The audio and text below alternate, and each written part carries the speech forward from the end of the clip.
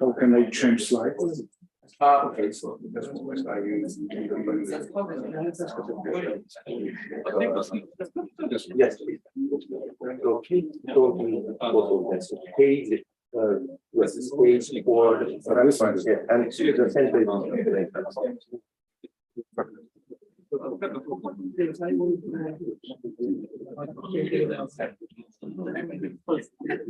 We can wait. Yeah, not the upload.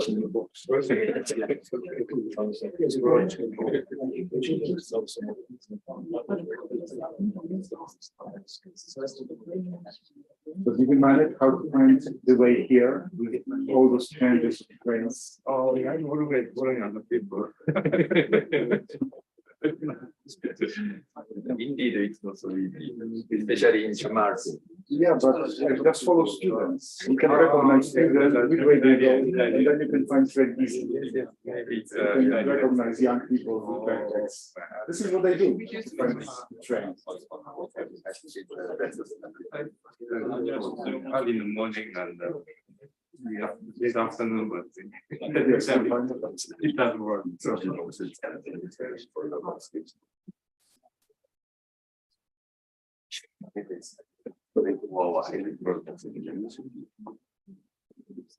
We can wait for maybe the train is delayed. Now, yeah, I guess. train is good.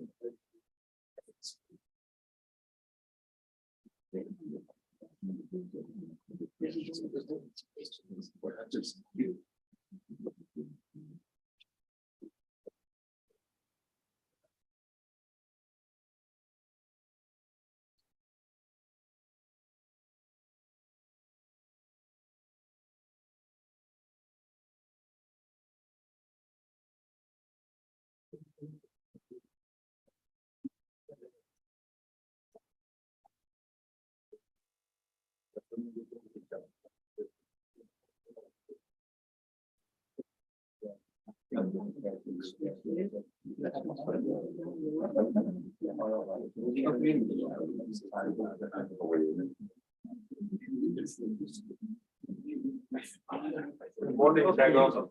Good morning. Early start. Early start. Yeah. First, I will wake up myself, then I will try to wake up you. Don't be too brutal on either account. So Matteo is sending the message. So You will not begin. yeah, coming soon. Okay. So it's not Polish time or So, I'm just inventing a word. I don't know if there is a Polish time. Polish time? Well, I guess Yeah, at university, talk about standing time. That would be quite interesting. in Poland, we have a so-called university quarter. Yeah, which Means everything would start at full hour, means in Pakistan the quarter past. yeah. No, we have the same. So we have breaks from the full hour to But here in Poland, this is really obligatory. Breaks after each hour, 15 minutes, this university quarter. I think it's I think it's since I used to play system, I think it's terrible that you have 1.5 hour lectures without some people, some can do this. This is horrible. Once I had such a lecture. In the morning, I went for jogging. Then I realized it's late. I went for lecture without eating anything. And after 2 hours, No, I had 3 hours, 45 minutes. After 2, my brain stopped working. I had lecture notes. I was not able to copy them on the blackboard. This is funny. This is a funny feeling when sugar is over in your blood. That you cannot do anything. Fortunately, I didn't fall down. I just say students, okay, this is enough for today. I'm going to have some grades. Today I'm not doing that. Yeah, okay. My hotel doesn't have a breakfast, so I'm saving myself for the coffee. Okay. I also saving some time. あ、もうすぐ私もでも5時ぐらいに来ちゃう。 Hotel Medjugorje. No, I'm in the it's Mora hotel. It's there's 100 down. Here? No, it's next to Medjugorje. Okay. Let's say 200 meters from Medjugorje, along the direction of this boulevard, main boulevard. The widest one. So no, I had to. I mean, there was my health issue in my family, so I didn't know if I could go. So and also there's been some communication problems with hotel.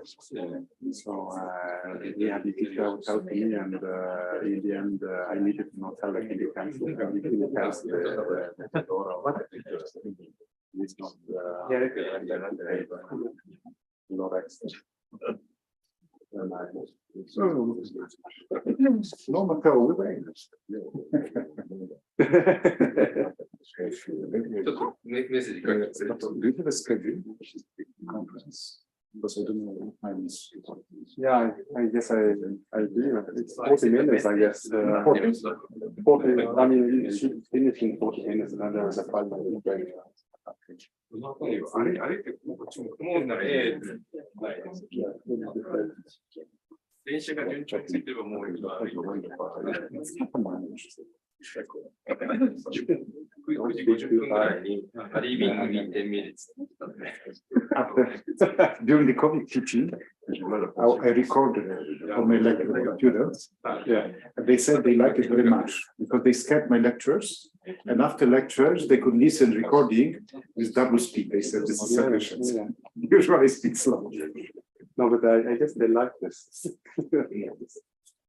We cannot start without Mateo. You know, there is a transition function. Sorry,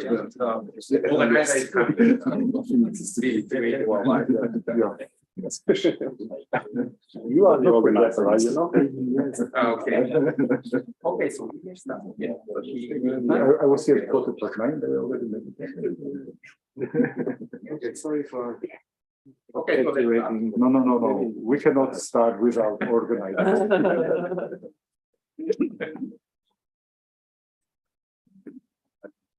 So it's a little delayed, but let's start today's session. The first speaker for today is Professor George Carthy from the University of let's see, Warsaw. Okay, thank you. It's okay. Perfect. The title of his talk is Barnard Profiles and the Rarefaction Waves in Euler Alignment System. Thank you very much. Okay, I see organizers. Thank you very much for inviting me here. I really enjoy always visiting Spain, visiting Madrid, and visiting this university. And I'm very happy I can attend this very interesting conference.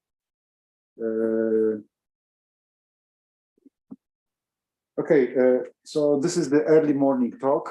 I will try to be relaxing. This is a very fresh result, which I did together with my younger colleague, my former PhD student, now postdoc in Heidelberg. We started the following system.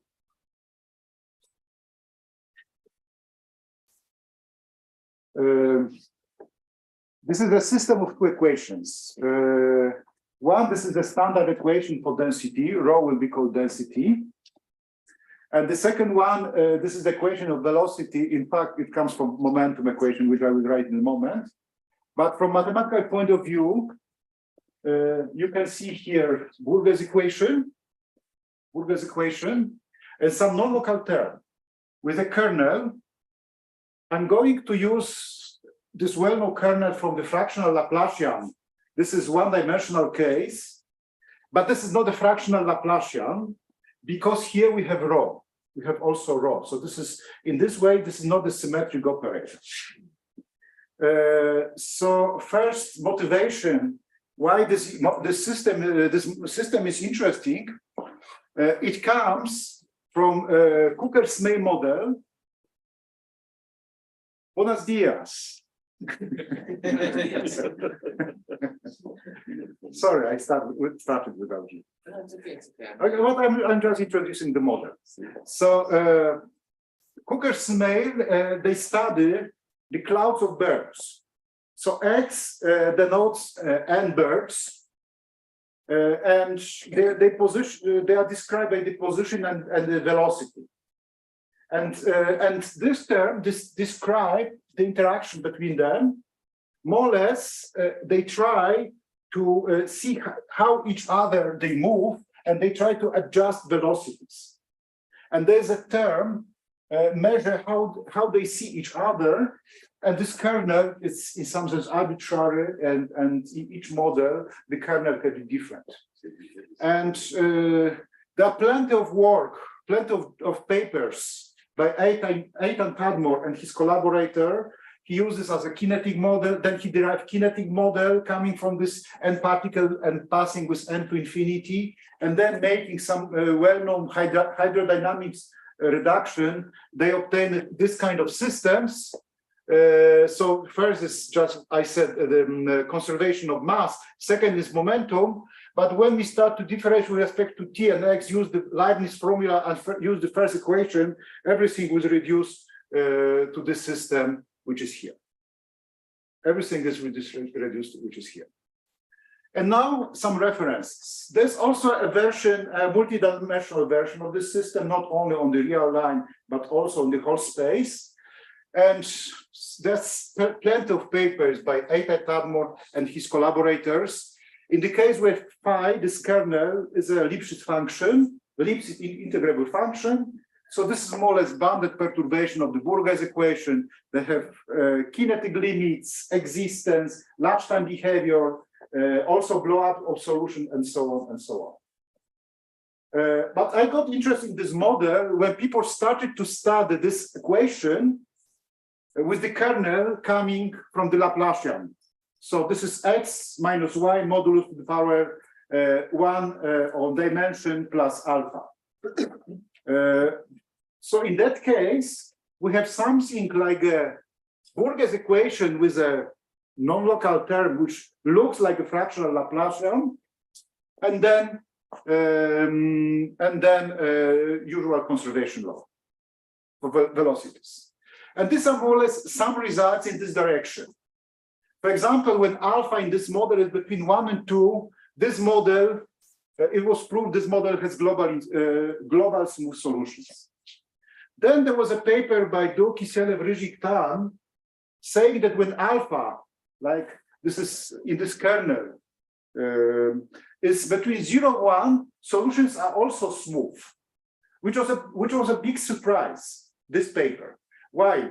Because those who knows the Burger's equation with the fractional Laplacian knows that if this is a fractional Laplacian of order alpha smaller than 1, the solution is not there are solutions which are not smooth. There are some gradient blow up in finite time. So that was for the fractal Burger's equation. But they proved that for alpha from 0 to 1, solutions of this model are also smooth. Another paper, important paper, multidimensional case of this model, Danchet, Mucha, Peszek, Wróblewski. Again, alphas from some range, globally timed solutions, smooth solutions. And another paper, more recent, global smooth solution in n-dimensional case, smooth solutions also to n-dimensional model, version of this model. So during this talk, I will try to convince you that speaking about smooth solution of this model, maybe this is not a good idea. Why? because in those papers, maybe except in all those papers, especially, for example, those Schwedkor, Tadmo, Ryzik, PCLF, and so on, they considered the model on a torus, so periodic in space. And there's a crucial assumption that rho, the density, is strictly positive. On a bounded domain, it means it's separated from zero, and the first equation more or less preserves this, has kind of comparison principle. So the solution, so rho is still separated from zero. So in some sense, this operator on the right-hand side looks like a fractional Laplacian, non-degenerates. And all this idea appears in all these papers, torus rho separated from zero. So this leads to smooth solutions. This paper is on the whole space. But on the other hand, they consider rho as a small perturbation of one, of constant. So again, this is like a fractional Laplacian plus small perturbation. Still, rho is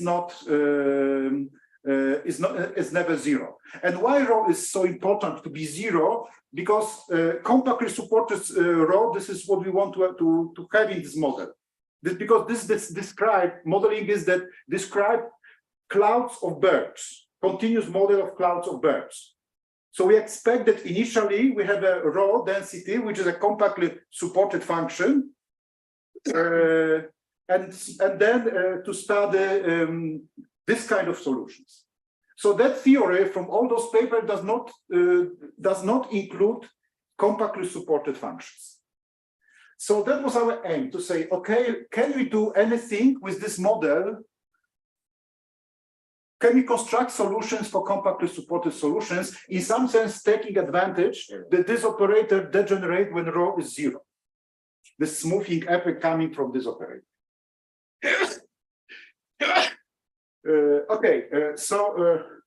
I will begin by example, but to do this example, I have to modify the system. So this is my system which I'm talking about. Continue the equation, and second one, now I wrote this kernel, so you can see that this is more or less fractional Laplacian. This is the definition of the fractional Laplacian, which I'm using in this here. But I want to have a fractional Laplacian indeed here. So just this term, which is here, I just add and multiply, usual decomposition. When I substitute this term over there, the equation looks like this one. The system looks like this one. And the fractional Laplacian appears here and also in this term here. I prefer to write this equation like this. So now I have this system. But I can also modify it a little bit more. How? So this is my system. And the idea is the following. If we have a smooth solution, we don't have, I will convince you we don't have. But in case we can do this calculation, when we differentiate in X second equation and apply fractional Laplacian to the first one, when we take the difference and denote by G this difference, we obtain equation for G, which is much simpler than before. So formally, these two systems are formally equivalent. This one is for rho and U, and this one is for G, for rho and G, and we construct U from this equation. And now I can show you the example of a non-smooth solution, non-smooth a global solution. This is the example. So I copy the system, the second one which I obtained, and suppose that G is zero. I choose G is zero, so this is a solution of the second equation. So when G is zero, then this relation gives us that Ux is fractional Laplacian of rho. So I obtain this very simple equation. Transport equation, where U is given by this relation, and this is so-called porous medial equation with a non-local pressure. Where there are several words on this equation. These are references, and I will just recall a little bit about solution of this model. It has explicit solution. Usually when you have a nonlinear model, when you have explicit solution, we can modify, we can say something about the solution. So what is this explicit solution? So this is my porous medium equation with the non-local pressure. And it's well known that it has an explicit solution, explicit self-similar solution of this form with this scaling, where this function phi is explicit. This is like a Barenbrad profile for the porous medium equation. That was quite a big surprise that for non-local equation, we can have explicit solution, explicit. So this non-local equation with this is non-local pressure behave like a classical porous medium equation, where again we have a Barenbrad profile with power alpha. So this is the solution. And now using this relation, so when we apply fractional Laplacian to this profile and integrate, we obtain also U, which has this scaling. It's obtained. By this symbol, I will just denote antiderivative, integrate from minus infinity to x. So we have explicit solutions, and I'm going to draw those solutions to see what is going on. So this is easy to see. This is just a bump. This is Barenbrad profile. But before drawing, I have to say a few words about how to apply the fractional Laplacian to this function. This function is well known in probability. It's called a Gettur function. It's related to a Levy process escaping from a ball, and it was calculated by Gettur, famous probabilist. He applied the fractional Laplacian to this function, and he said the following: the fractional of this Laplacian of this function, this is 1 when x is interval from -1 to 1. And there is a certain explicit function h, more or less explicit function h. It's given by the formula here. It contains the hypergeometric function. Doesn't matter, I will draw it, but we have some properties of this function, that this function, but this function h, it's singular at -1 at 1. It's negative for great x, and it's integrable. So they look as follows. So this is the Gettur function of Barenbrad profile, if you prefer. And this is the fractional Laplacian applied to this function. Applied to this function. So now, this is my profile of this non-local porous medium equation. And this is the derivative of x, so I have to take the antiderivative of those functions. I have to integrate it. This is the integrable function. So first it's decreasing, then since this is constant, it decreases linearly, and then again converts to some constant, more or less like this one. Choose just one of those functions. This is a mistake. I should just take the yellow line. Take the yellow line. Once more. So this is the antiderivative or integral of this function here. So you have, and now I have explicit solution of this Euler alignment system, which I'm discussing. When we take as initial condition this function, compactly support function, this Gettur function, and velocity very precise, given as a yellow line, we will obtain a global in time solution with certain scaling. The scaling of this is like a Barenbrad profile. It means it's spread out and it decreases. And this this is a bounded function with some limit, the same limit at infinity, and have this kind of shape, more or less this kind of shape. But what is the most important here, that this is no longer smooth. There are bounded solutions, L1 and infinity. This is bounded, but no longer smooth. You remember the derivative of this explode here. So this is a global in time smooth solution, non-smooth solution of this Euler alignment system, and because of this compactly supported function. So I'm back to my both systems, this Euler alignment system and this equivalent version. So our goal was for G equals 0, we have the full theory about this porous medium equation with the non-local pressure. I think the most general paper I quoted, that's quite recent by Diana, Felix, and Juan Luis, where they study this porous medium equation with the non-local pressure. They develop general theory of weak solutions. So that was our goal. Can we do the same? Can we write similar results also for this kind of model, either this or that one? For more general G, not necessary G. Okay, so this is just two technical definitions that we study weak solutions. Weak solutions are that we multiply everything by test function in X and Y and integrate by parts, put all derivatives on these functions. And okay, and there are definitions. So this is the definition for the first system. This is the definition for the second system. Everything on test functions. There's a second regularity. Okay, this is technical. Let's skip it. This is theorem about the existence. Theorem about existence. Important assumption: alpha from 0 to 1. Above 1 would be also welcome, but at this moment we don't know how to do it. So this is not too singular. Alpha from 0 to 1.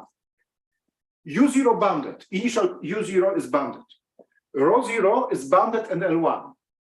Compactly supported bounded functions. Okay, get to function.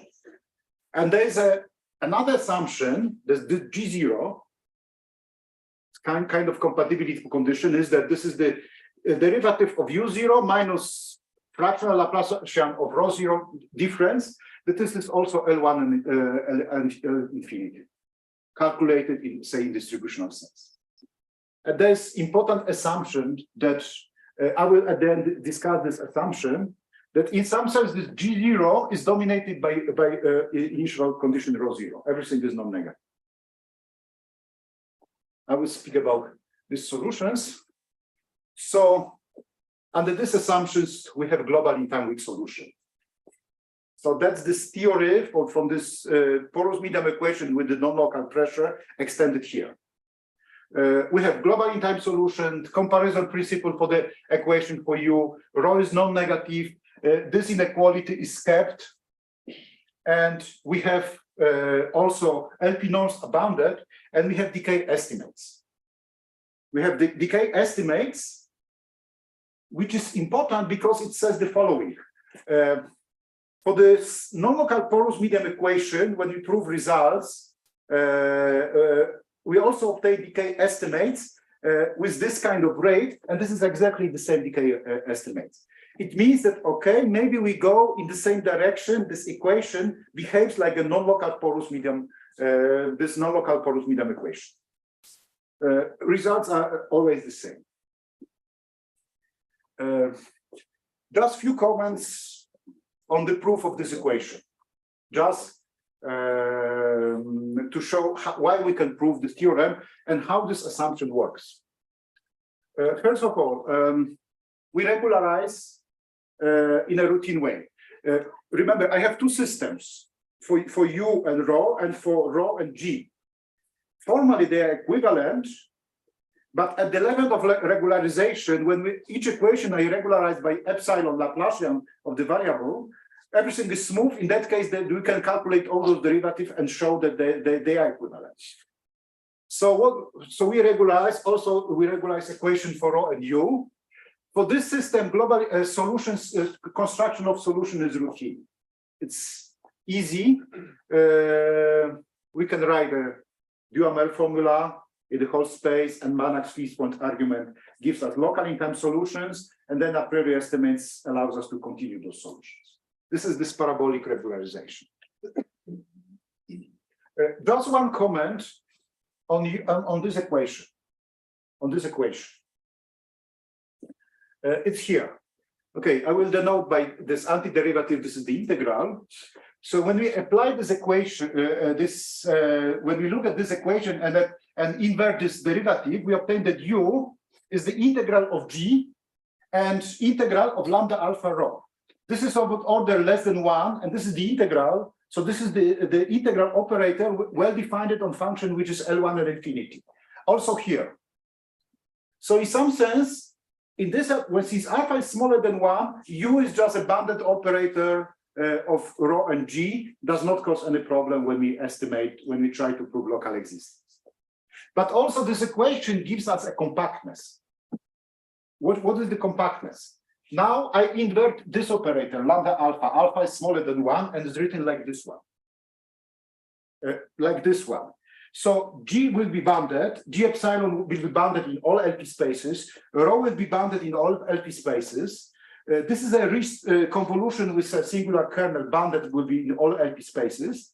So this part will be bounded in LP spaces, but this is the first derivative and minus alpha derivative. So still we have 1 minus alpha derivative, something which is sufficient to have compactness and Aubin-Lyon's lemma to show that we can that this approximating sequence, when you show boundedness for rho and G, you will be bounded in some Sobolev spaces and you have a compactness. So this is the explanation. And now just routine a priori estimate to show how it works. So I multiply first equation by rho to the power p minus 1. So this is this relation. And then when I substitute ux is equal G lambda rho, I obtain 3 terms. One with the fractional Laplacian, one containing rho and G, and one with epsilon coming from Laplacian, which always is positive. This we can skip, and we will play with those 2 terms. This term appears like for the porous medium equation with the non-local pressure. There are some inequalities called Struck-Varopoulos inequalities. So when we skip this term, everything is here negative, this is minus. This term will give us correct estimate and differential inequality for LP norm for you, and decay rates, boundness, decay, and so on, so on. The assumption that G is dominated by rho is used here. Maybe not at this level, later on. And now I only use the fact that this is non-negative, this is non-negative minus I skip.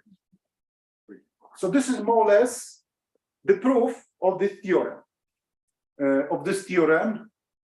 Idea of the proof, because details contains 20 pages of calculations, but still, this is the reason that we have a priori estimate and enough compactness to pass to the limit. So good. It seems that this equation behaves like a porous medium equation with the non-local pressure under these assumptions. But then we started, okay, so let's study asymptotic behavior.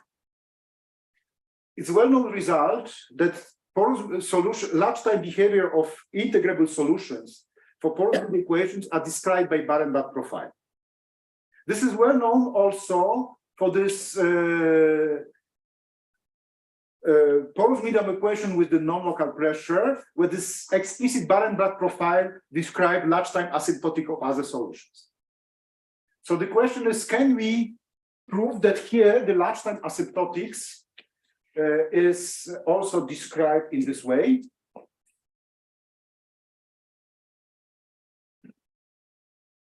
And the result is the following. Now we add one more assumption. Now we say that G0 is not dominated by alpha 0, not only from above, but also from below.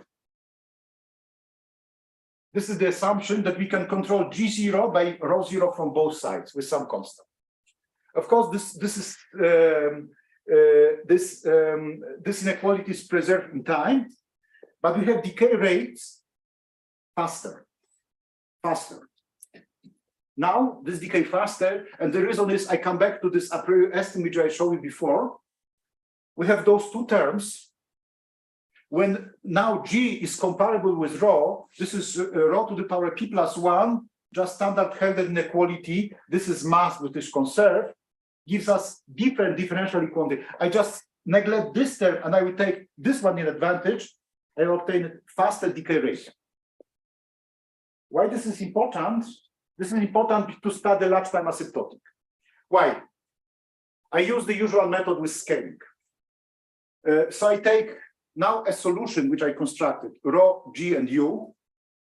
I rescale them in a suitable way, and the scaling is adapted to the estimate which I have.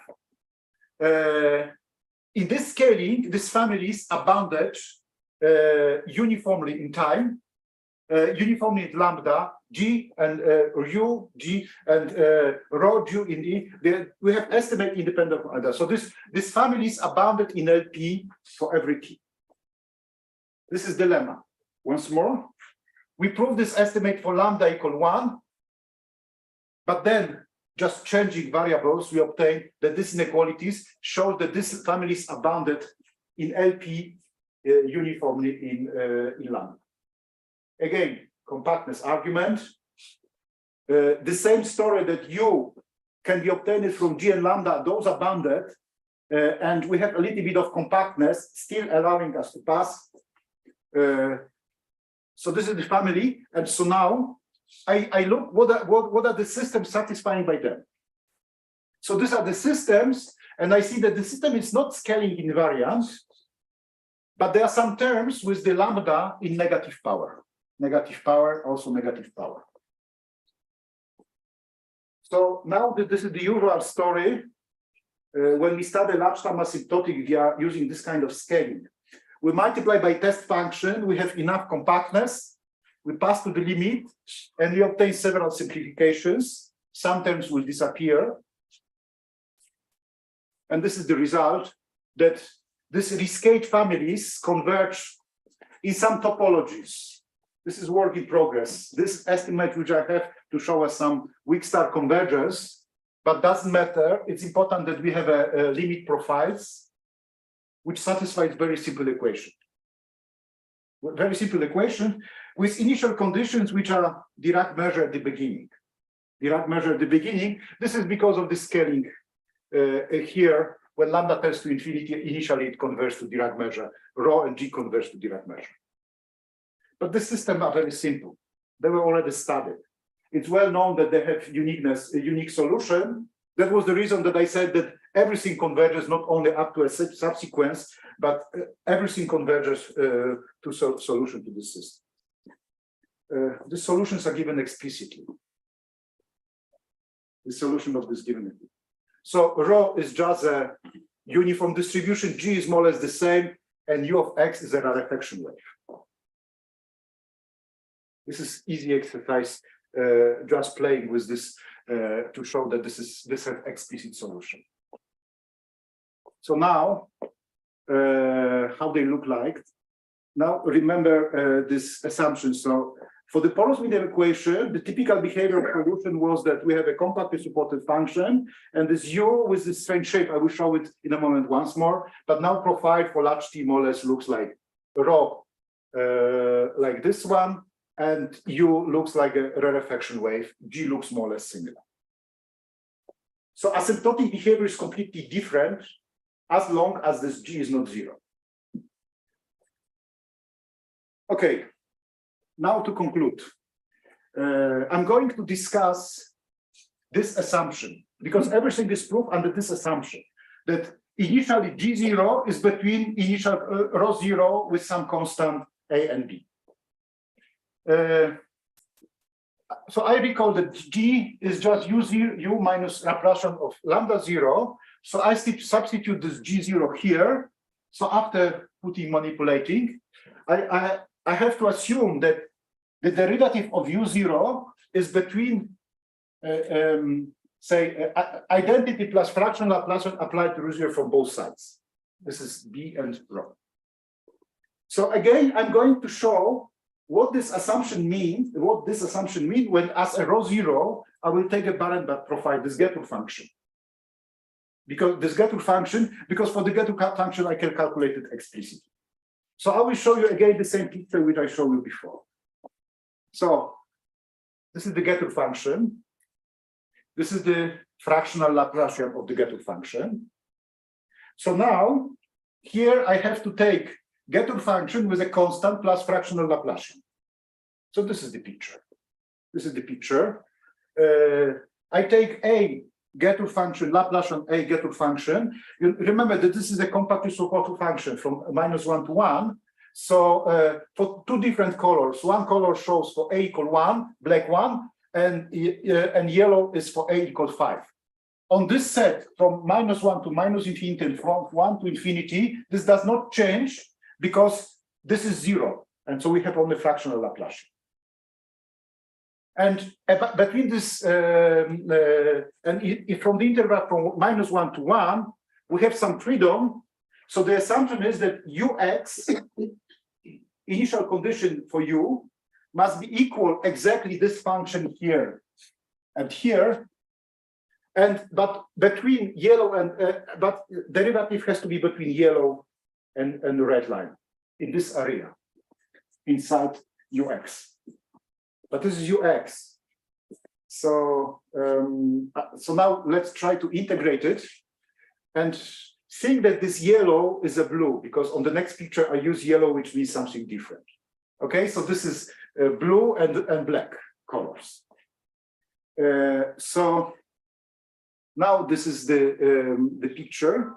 So this is black, this is blue, and the yellow inside, this is the allowed initial velocity. On this interval from -infinity to -1, it's fixed. From 1 to infinity, it's also fixed, but between we have some freedom.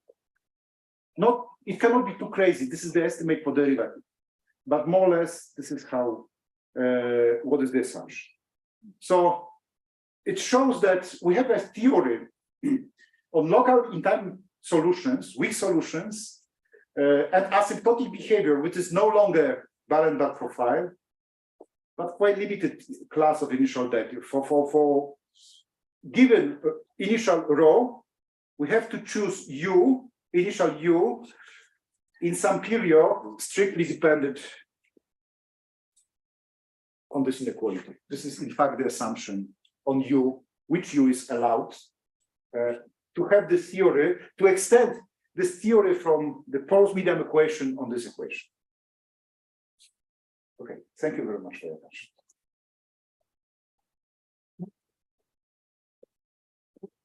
Very interesting talk. Now it's time for questions. Any questions, comments? Yes, I have one question about modeling. Is there some conservation law in this model that if you put in motion initially your solution, do you have some translation of the solution, something like this? I mean, shift u by some constant velocity? Yes, you can. Let me show you the model. I think this one is better to think about. This is the first one. Yes, u. It's sufficient to know only u modulus a constant. Why? Because we can always shift. Constant does not play any role here. Here we can also always shift, and also with the second equation. I think this is what you mean. Yeah. So it's sufficient to know only modulo a constant. So we consider the case u at -infinity is 0. That's the reason. And for the G2 type solution, the velocity on the boundary of the support is 0, right? On the left side.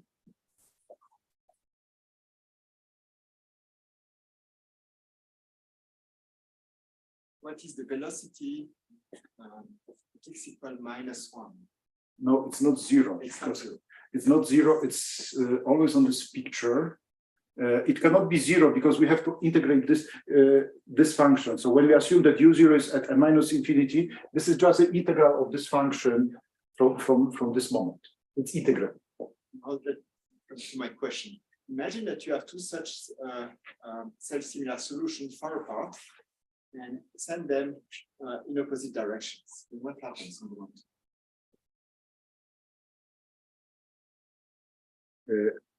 Two Barenbach profiles. With weakly interval because they are far apart and they go in opposite direction initially. Two clouds of two swarms of birds that go in opposite direction. Do they merge or? So in this way, you should remember that I'm cheating a little bit, because if I take as initial row, say two G2 functions which don't intersect, there's this crucial assumptions that use this u0 which I show at the end. which limit very much the class of allowed initial velocities. So perhaps I will choose in that case, again, I will choose the U0, but I have to draw it. I cannot imagine how it looks like. So everything will still converge to this profile which I showed at the beginning. It's for ρ0 can be quite general, but allowed velocities in this theory is quite limited. This is what I showed this last picture, that if initial velocity is compactly supported, we don't have the freedom of choosing velocities outside of support. Only support we have some freedom. But when we have support, maybe a little bit I can modify it, but no, at this moment I don't know. But this is an interesting question. Perhaps we will have to draw the pictures. Here everything is explicit only, so this is easy. Thank you. Thank you very much. Any other questions?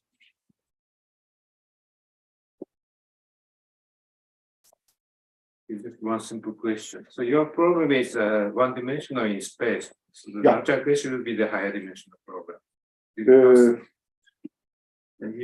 Why I don't like higher dimensional case? We don't have this equivalence. Because I use essentially this model, which is nicer, but it's not clear how to obtain it in high dimensional case. So applying maybe gradient and so on. So this is so important that I have this. But in high dimensions, story seems to be different, but also perhaps challenging. In 1D, this is much simpler, as usual. It's an open problem. Of course, everything is it's quite fragile. Thank you. Any other questions, comments? Okay. If not, let's start the speaker again. Yep.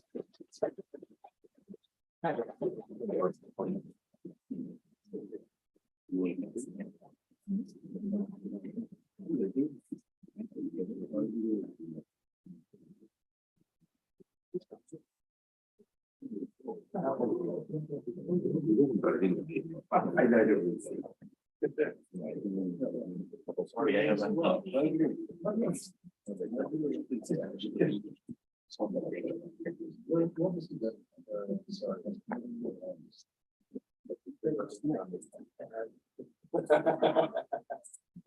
Perhaps I should pose some questions for certain. Yeah.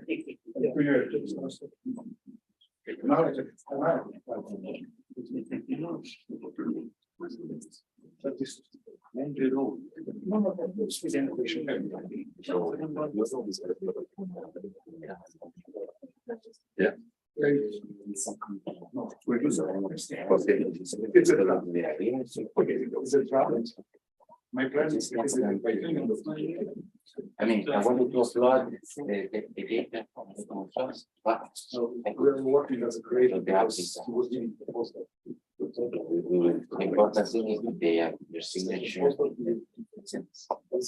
we want to do before coming.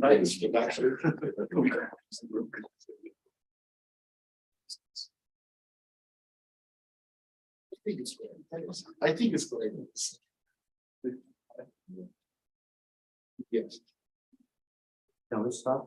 So we were always, I think, was working preparation. Okay, so the We don't have the title yet. next talk. So the next speaker is Professor Hiroshi Matsuzawa from Kanagawa University in Japan. The title of his talk is Nonlinear Stefan Problem with a certain class of multi-stable monomials. First of all, I'd like to thank organizers of this special nice conference, and I'm enjoying staying Madrid.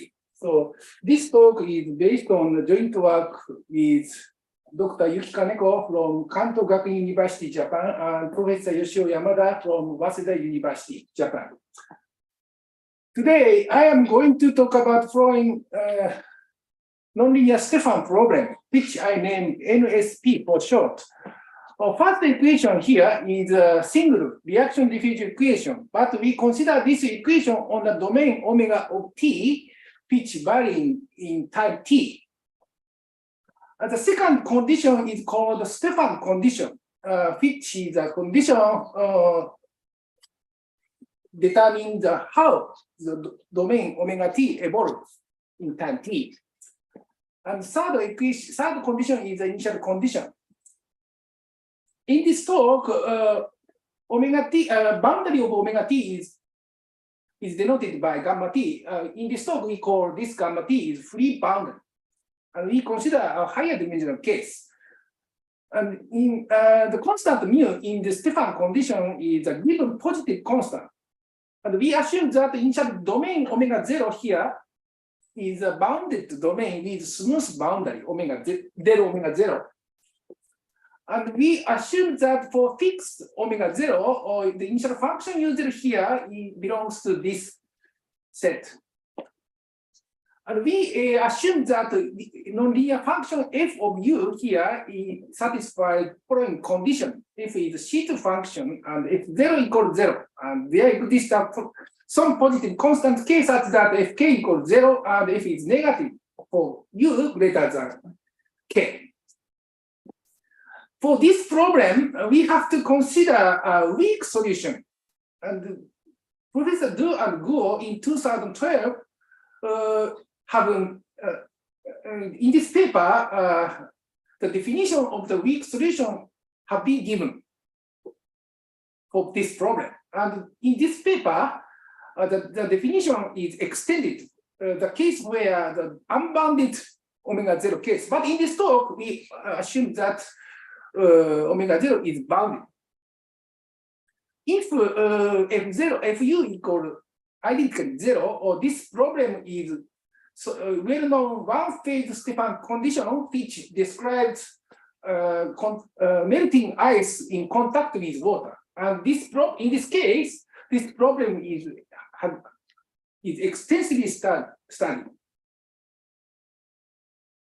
So for this problem, we have to consider weak solution. Let us give the definition of weak solution to our nonlinear Stefan problem briefly. Let alpha of u be this function, and u tilde x is zero extension of the initial function u0 outside by defining 0 outside of the initial domain. And h sub t is the following set. And u is a weak solution to our nonlinear Stefan problem if u belongs to this class and you satisfy this weak form for any test function phi belongs to this satisfying this condition. For the weak solution u, we define omega t as follows. And we define gamma t is a boundary of omega t, which we call free boundary in this talk. And we note that from the result by Du and Matano and Wan 2014, this omega t is well defined. And in this paper, the authors show the existence and the uniqueness of global weak solution. And they also show that when omega 0 is a bounded set, then the omega t is bounded for any t. For the non-result, for the important non-result was obtained by Du and Matano and Wan 2014, which is this result is about the regularity of the free boundary and some monotonicity of the function u. Let u be a unique weak solution to our nonlinear Stefan problem, and omega t is the following set, and gamma t is the boundary of omega t. Then the following hold. Roughly speaking, this first assertion stresses that the free boundary gamma t is a smooth hypersurface outside of the closed convex flow of initial domain omega 0. And the second assertion stresses that the outside of the convex flow or closed convex flow of initial domain, the function u is monotone decreasing in some sense. This is a result about the regularity of the free boundary and some monotonicity of the function U outside the convex full of the initial domain. And the second result is about some long-time dynamical behavior of solution, a weak solution to our nonlinear Stefan problem.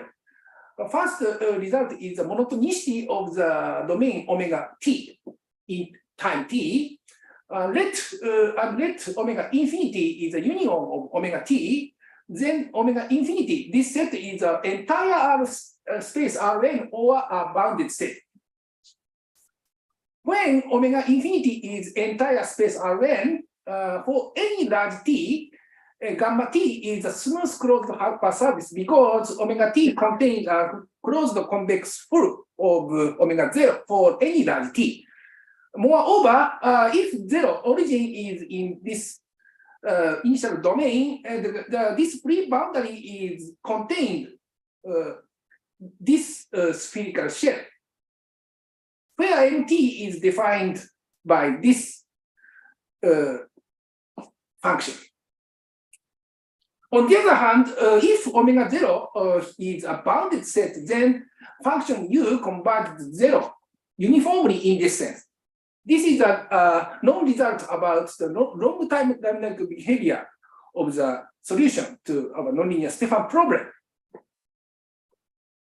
So we note that if the initial function is radially symmetric and the initial domain is also a ball, then our problem is reduced to the radially symmetric version of as follows. This problem is extensively studied by these paper.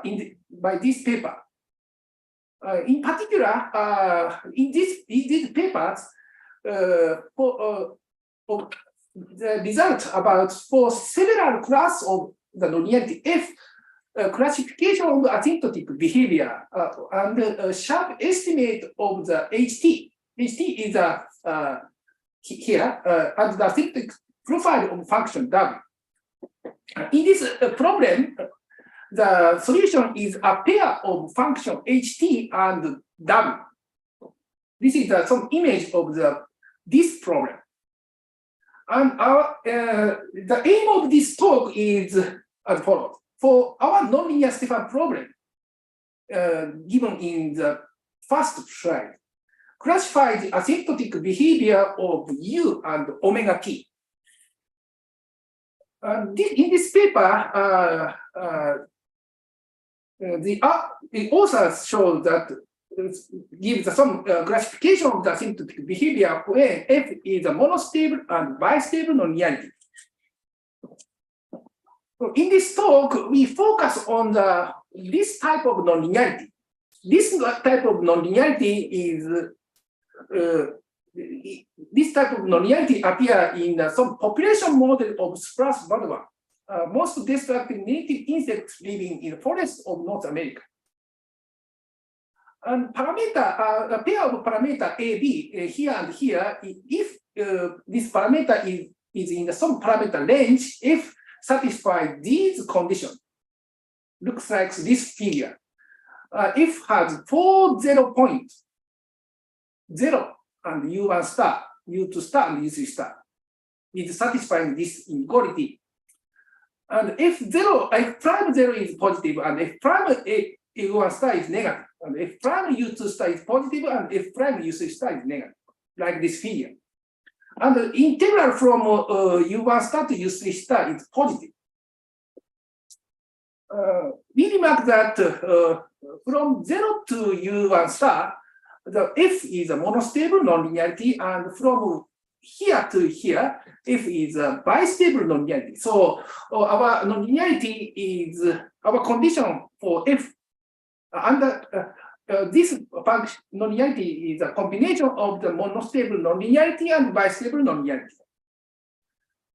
And we also note that U1 star and U3 star here and here is a two positive equilibrium points. So in this sense, our nonlinearity is one of the multi-stable type nonlinearity. And this is called positive bistable nonlinearity, introduced in this paper. So for higher dimensional case, we have to assume more. F1 and F2 are same as in the previous slide, and F3 is a little bit complicated. This function u minus u, fu over u minus u2 bar is non-increasing in this interval, where u2 bar is uniquely determined by this identity. And F4 is about some behavior of F around unstable equilibrium point. F prime U2 star positive, if F star is F prime U2 star is positive, then this condition is satisfied. So let us give the main result of this talk. Suppose that F is C2 function with satisfying four conditions given in the previous slide, and we fix phi from this set of initial functions for fixed omega 0. And U sigma Tx be a solution to our nonlinear Stefan problem with initial function U0 given by sigma times phi with sigma parameter, positive parameter sigma. And corresponding domain, we define omega sigma t, and corresponding limits union of this set, we denote omega infinity sigma. Then there exist two threshold numbers, sigma 1 and sigma 2, possibly both of them is infinity, such that the following four, including the next slide, following four situation occur. For sigma in this interval from 0 to first threshold number, this set is a bounded set, and then U sigma Tx converges 0 uniformly. This if this is satisfied, then this is automatically satisfied from the known result. This is called vanishing. For sigma between two threshold numbers, this set is for entire space Rn, and U sigma Tx combines U1 star. U1 star is the lower positive equilibrium point of F, locally uniformly in Rn. This is called small spreading. For sigma larger than second threshold number, this set is entire space Rn, and U sigma Tx converges U3 star. U3 star is a larger equilibrium point of our nonlinearity F, locally uniformly in Rn. Transition for sigma equal to sigma 2 star, second threshold number, omega infinity sigma is Rn, but this function converges some radially symmetric decreasing solution around some point x0, locally uniformly in Rn. VDEC is a unique decreasing solution of this problem. This for depending on sigma, vanishing, small spreading, and big spreading and transition happens. This is a classification of result. We remark we want to remark about the two threshold numbers, sigma 1 and sigma 2. If the initial domain omega 0 contains this ball, where lambda 1 here is the first eigenvalue of the minus Dirichlet Laplacian on unit ball, then the first threshold number is 0. That is, if omega 0 contains this ball, vanishing does not happen when for any positive sigma. And there exists some large number R0 such that if this ball is contained in this ball is contained in the initial domain omega 0, then the second threshold number is finite.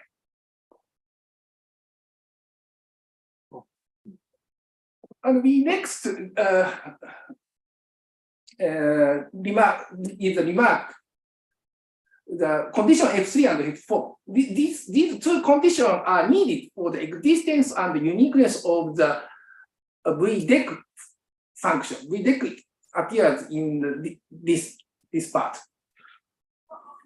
This VDEC is the unique existence and uniqueness of this function is obtained Peltier setting in 1983 and 1986 and weakened by Ouyang and C in 1998 and 1999. And this function satisfies this equation and this condition. And this, in this sense, this function is called ground state solution of this problem based on U1 star. And this notion is introduced by this paper. And we also note that in our transition case, we can obtain the convergence to this function for some x0 without taking any subsequence. This is different from this paper. From the next slide, I will give the sketch of proof of theorem A. The key point of the proof, how to get this convergence for sigma equals sigma 2 star. This is very important. Let us give the sketch of proof of theorem A. First lemma is a very fundamental. By comparing the solution to ordinary differential equation, we get some upper estimate of the solution. For any delta in this interval, there exists some positive number m such that u is estimated from the above as follows. For any t and for any omega. This is a very simple upper estimate.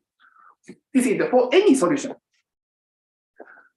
We next explained how the two threshold numbers, sigma 1 and sigma 2, are obtained. We first note that from the known result, this set is a bounded set over for entire space Rn. Define sigma 1 star and sigma 2 star as follows. Sigma 1 star is infimum of this set sigma 1, that is infimum of sigma, the set of sigma, so which satisfy this condition. Sigma 2 is infimum of capital sigma 2, that is infimum of this set, infimum of the set sigma, so that these conditions hold. By comparison principle and continuous dependence of solutions, we can show that if sigma is less than sigma 1 star, vanishing happens. And if sigma is greater than sigma 2, big splitting happens. So to complete the proof of theorem A, it remains to consider the case where sigma in this interval. But from the comparison principle, note that when sigma is in this interval, this set is for entire space array. So from now on, we concentrate on sigma in this interval. We next give some two estimates from the below and from the above. 2.2, suppose that omega infinity is Rn. There exists a positive number C0, delta and T star and M such that if you such that solution to nonlinear Stefan problem and omega T satisfy this relation and this inequality. That this is obtained by comparing U with a linearly symmetric solution, which is obtained in this paper. This is very important. This lemma 2.2 stresses that if omega infinity is entire space Rn, the expanding speed of omega t is at least linear. C0 t.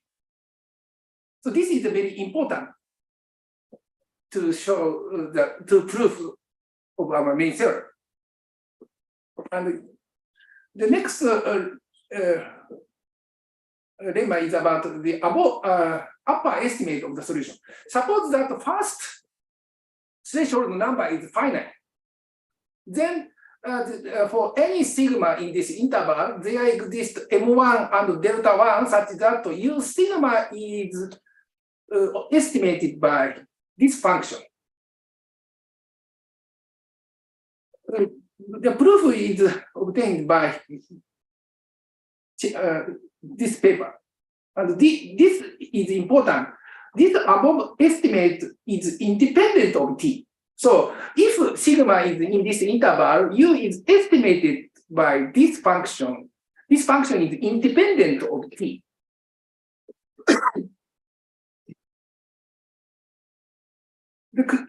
Based on the two lemmas in the previous slide, we show this. We give this key proposition 2.4. Suppose that sigma 1 star is finite for any sigma in this interval. One of the 1 and 2 happens. A small splitting happens.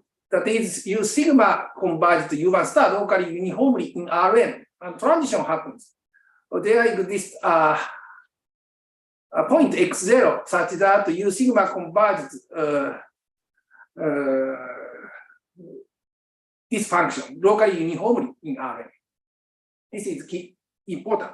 How to prove this key proposition is proved by some convergence result for Cauchy problem obtained by Fordes and Project 2011.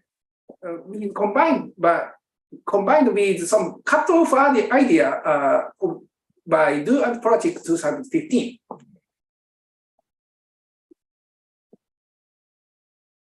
Let us recall Cauchy problem. This type of Cauchy problem. This is with some perturbation term. Assume that for the perturbation term, assume that there exists T0 positive and alpha and epsilon such that this function satisfies this condition. In this sense, this perturbation term is exponentially small in some sense. Under this condition, Fordes and Project obtained the following theorem. Let U tilde be a bounded solution of this Cauchy problem. And U tilde is greater than or equal to U1 star for any Rn, point Rn, and for any t greater than T0.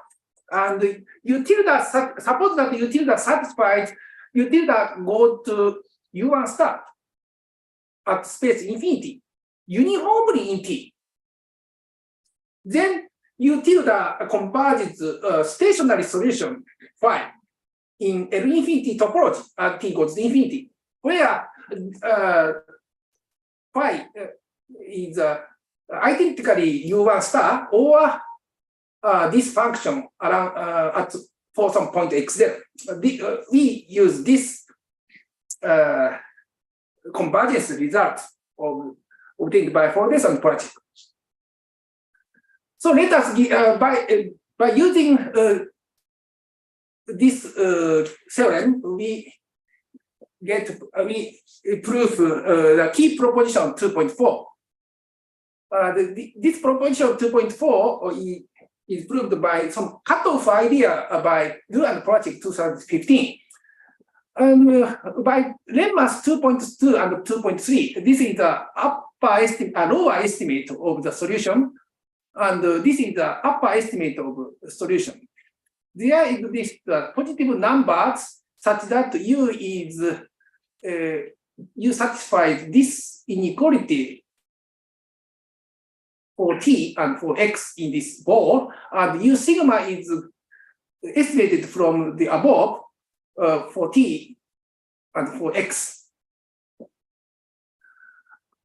from this, by using this estimate, we construct U tilde which solve Cauchy problem. For this purpose, we use some cutoff function chi which satisfies this condition. And we note that for any tau positive, the all derivative of this cutoff function are bounded in this sense. So we define U tilde as follows by using a solution, weak solution to our nonlinear Stefan problem. So this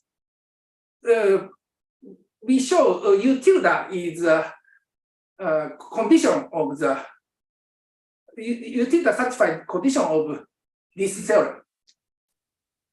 To check the condition of theorem 2.5, we have to check 1, 2, and 3. U tilde is greater than or equal to U1 star, and U tilde converges the U1 star at space infinity uniformly in time t. And U tilde minus U sigma. U sigma is our solution to nonlinear Stefan problem, converges to 0 locally uniformly in Rn. And H is this function. This function satisfies, this is some perturbation term. Perturbation, it satisfies H for some alpha and epsilon. So once these three conditions have been checked by using theorem 2.5, U tilde converges to U1 star or a ground state solution based on U1 star.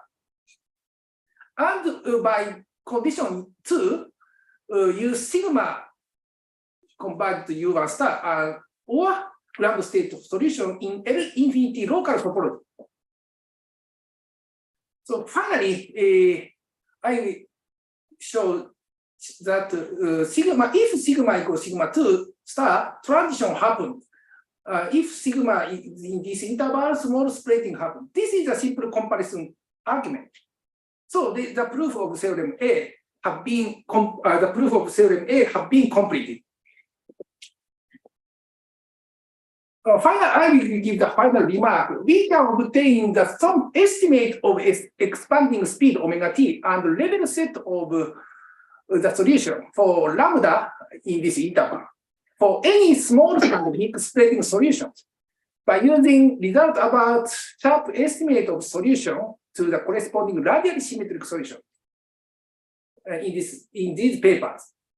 In particular, by checking the expanding speed of the level set, we have obtained that some terrace-like behavior for big splitting solution to nonlinear Stefan problem under suitable condition. Thank you very much for your kind attention.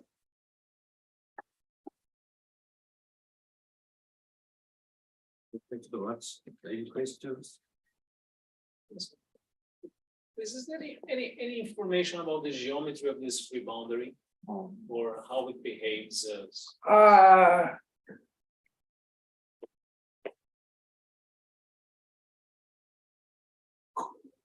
Detailed geometry does not obtained, but I think this is the best knowledge. Omega t, gamma t is contained some spherical shells. Yeah, this is a very interesting problem, but this problem, but it is very difficult to get some geometrical. Any information about this capital M of t? I mean, this is maybe if this M of t, capital M of t, if this is something that somehow is Hilder continuous. Continuous function. This is continuous function. Yeah. And goes. Yeah. Only in this case. Thank you. Thank you very much. In the spreading case, you said the spreading speed is at least linear. Yeah. You said. Yeah. Did you get more precise information about the spreading speed? Yes. Per bands or? I think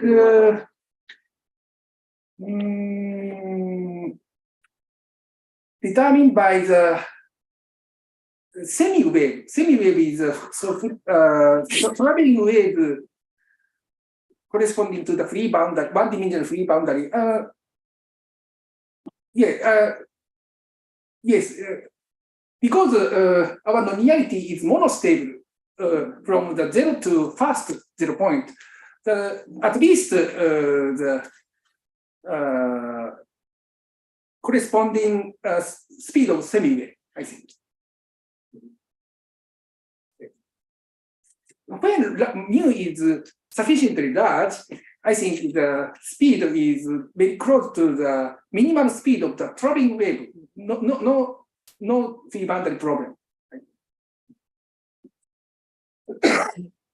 Any other questions? Comments? Okay, no questions. So let's start to speak again.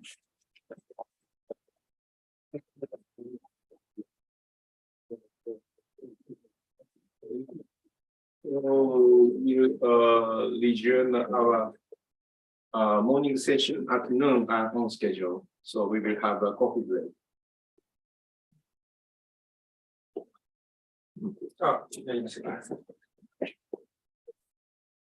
最近さ、なんかこの手のプロパゲーションにさ、だいたい空間的な構造入れるの流行ってるよね。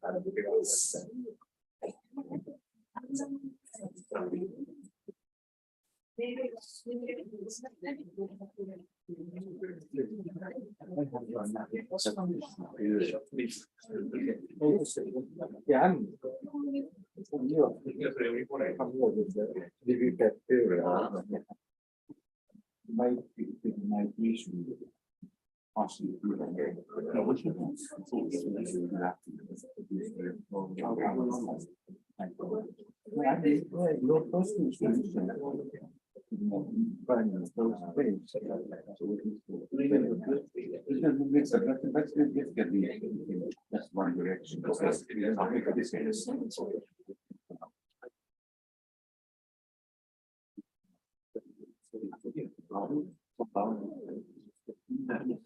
What's the define online?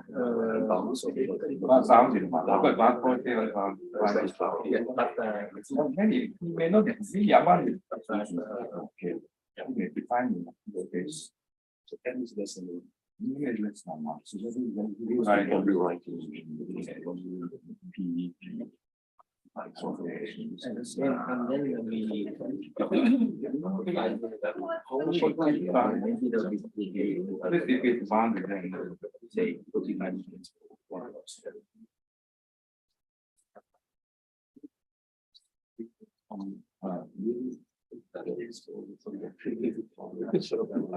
reminds me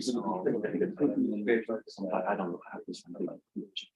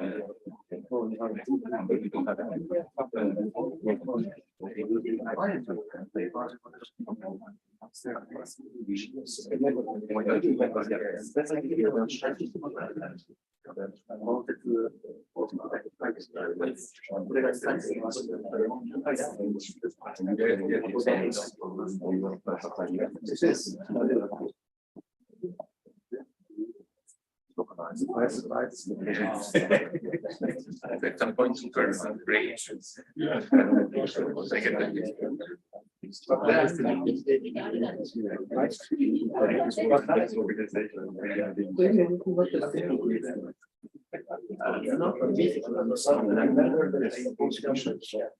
And they are the following. Here's a small part of the beginning destination. Yeah, it's the Norwegian University of Science and Technology. So it's the Norwegian abbreviation. No, so it's Norway natural science and it's not anything of us. That's he's online participant, unique. So, if he's on the hand, I will carry it.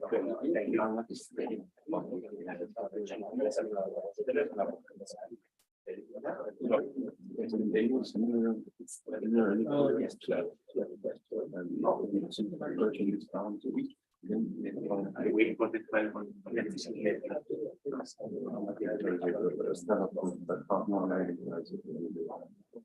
that's just saying. No, it's okay.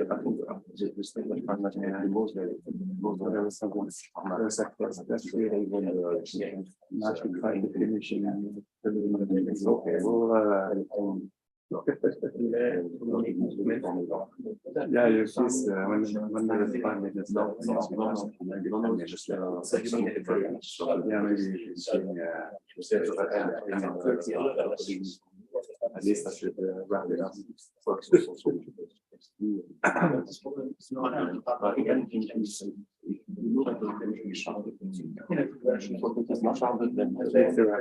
You know, if there is a physical point there, yeah, it works, but yeah, because this is Yes. You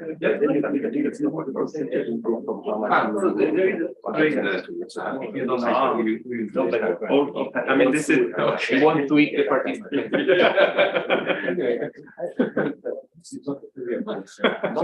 Not really. Okay, so I think we can start. So it's a great pleasure to introduce Espen Jacobsen from Trondheim. So please, Espen. okay, so thank you very much. And let me also thank the organizers for the kind invitation for the possibility to give a talk at this nice conference. And I'm going to talk about a convergent discretization of a force medium equation with a fractional pressure. And this is joint work with Felix Del Peso, which is here in Madrid, and also one of the organizers of this program.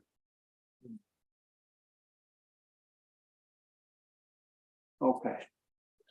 So this is the equation I'm going to talk about. It's a model of a force medium equation with a fractional pressure, and it was introduced by Caffarelli Vasquez and Villa-Carte-Monod. And it has the following form. So the time derivative of u is equal to minus the divergence of u to the power n minus 1 times a fractional gradient of u. And this is equal to 0. The problem is posed in the whole space and with initial data. So this fractional gradients here, this nabla to the 1 minus 2 sigma, this is a 1 minus sigma order fractional gradient defined as the gradient of the sigma inverse fractional Laplacian. The n here was equal to 2 in the original works, but has later been extended to the full range of 1 full interval of 1 to infinity.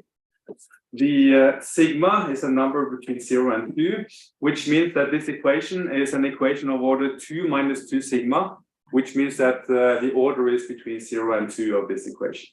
So it's a diffusion equation of order between 0 and 2. If I take the divergence of this non-local gradient, I get a fractional Laplacian to the power 1 minus s. And the fractional Laplacian was introduced yesterday by David. And it can be written as a singular integral in this form as a principal value of a singular integral. So you take the integral outside a ball of radius r, you take the limit as r goes to 0 of ux plus z minus ux, divided by this z to the power d plus 2s. So this defines the fractional Laplacian.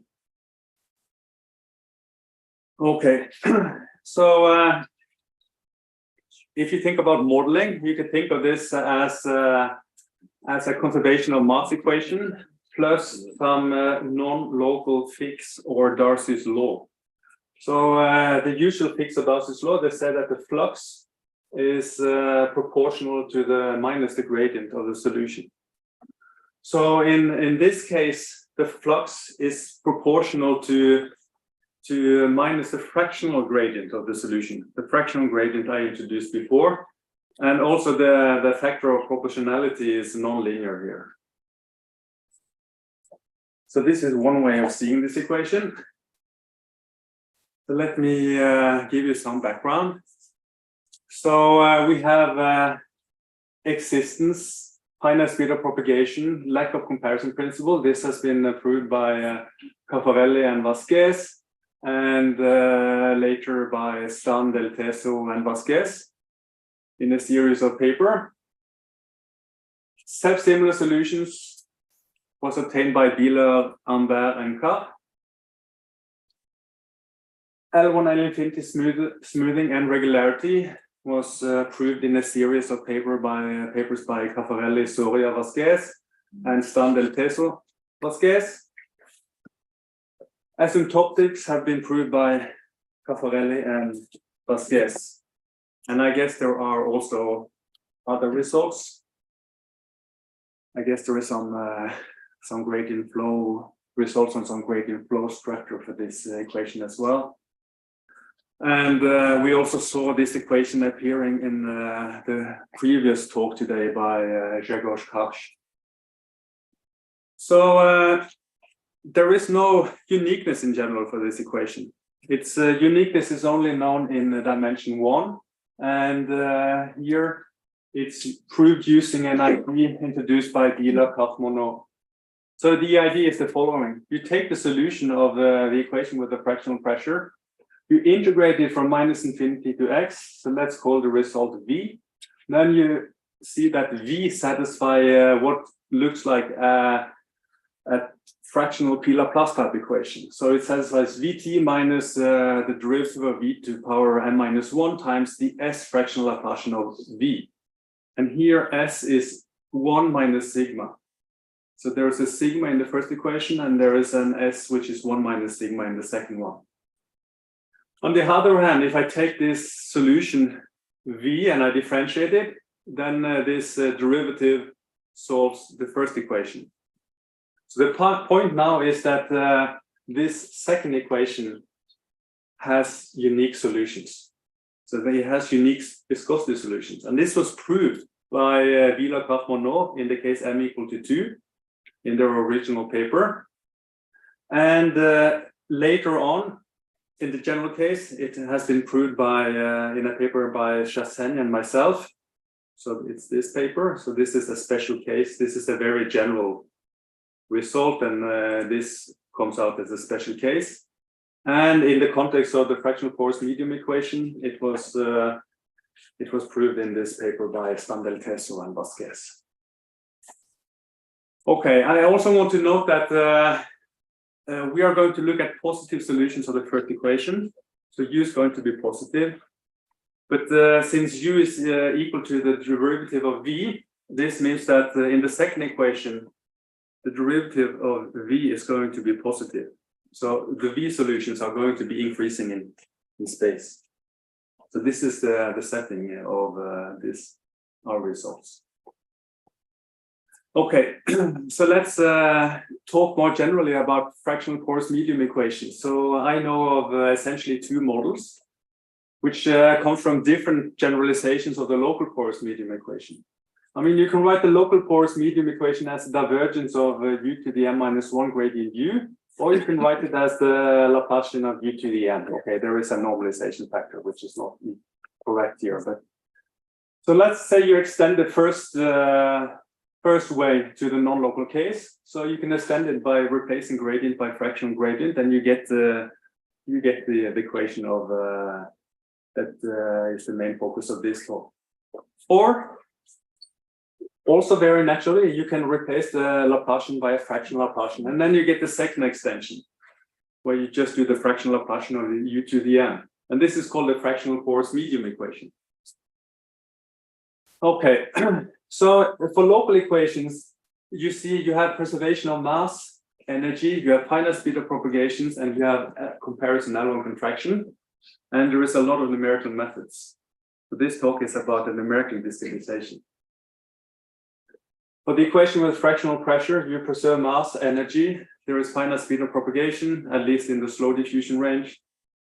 And but there is no comparison or L1 contraction results. And before this result, there was no results on numerical schemes. For the other fractional porous medium equation, it preserves mass and energy, but there is no finite speed of propagation in this model. On the other hand, it's good in the sense that it has comparison and L1 contractions. So for this other paper, there are some numerical results. So let me just comment a little bit about the literature for this fractional porous medium equation. So I guess it was introduced by the Pablo Quiros Rodriguez Vasquez in this paper from 2012. So there has been written many papers on this equation. This is my talk. I will highlight a couple of results which I'm behind. So let me mention that a couple of extensions. So there is a paper by myself and Cifani where we do convection diffusion. So you add some nonlinear convection terms, and we do more general non-local operators, and we even handle strongly degenerate diffusions. And then there is a paper with Del Teso, Endal, and myself where we do local non-local diffusions and a larger class of Levy diffusion, so larger than just fractional Laplacians. We also consider slow diffusion, fast diffusion, and Stefan diffusions, so strongly degenerate diffusions. So when it comes to numerical approximations of fractional porous medium equations, there are, as I said, there are no results for the equation I'm studying in this talk. But for the fractional porous medium equation, there are a few results, and here is a couple of them. So there, you see, they both involve me, and the first result is a result with Del Teso, Endal, and myself. And the second result, which is the oldest result, is with Cifani and myself, and this is for convection diffusion, so more general.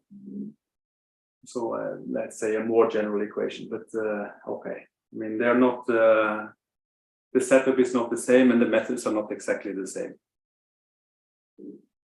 But these are, let's say, finite different type methods.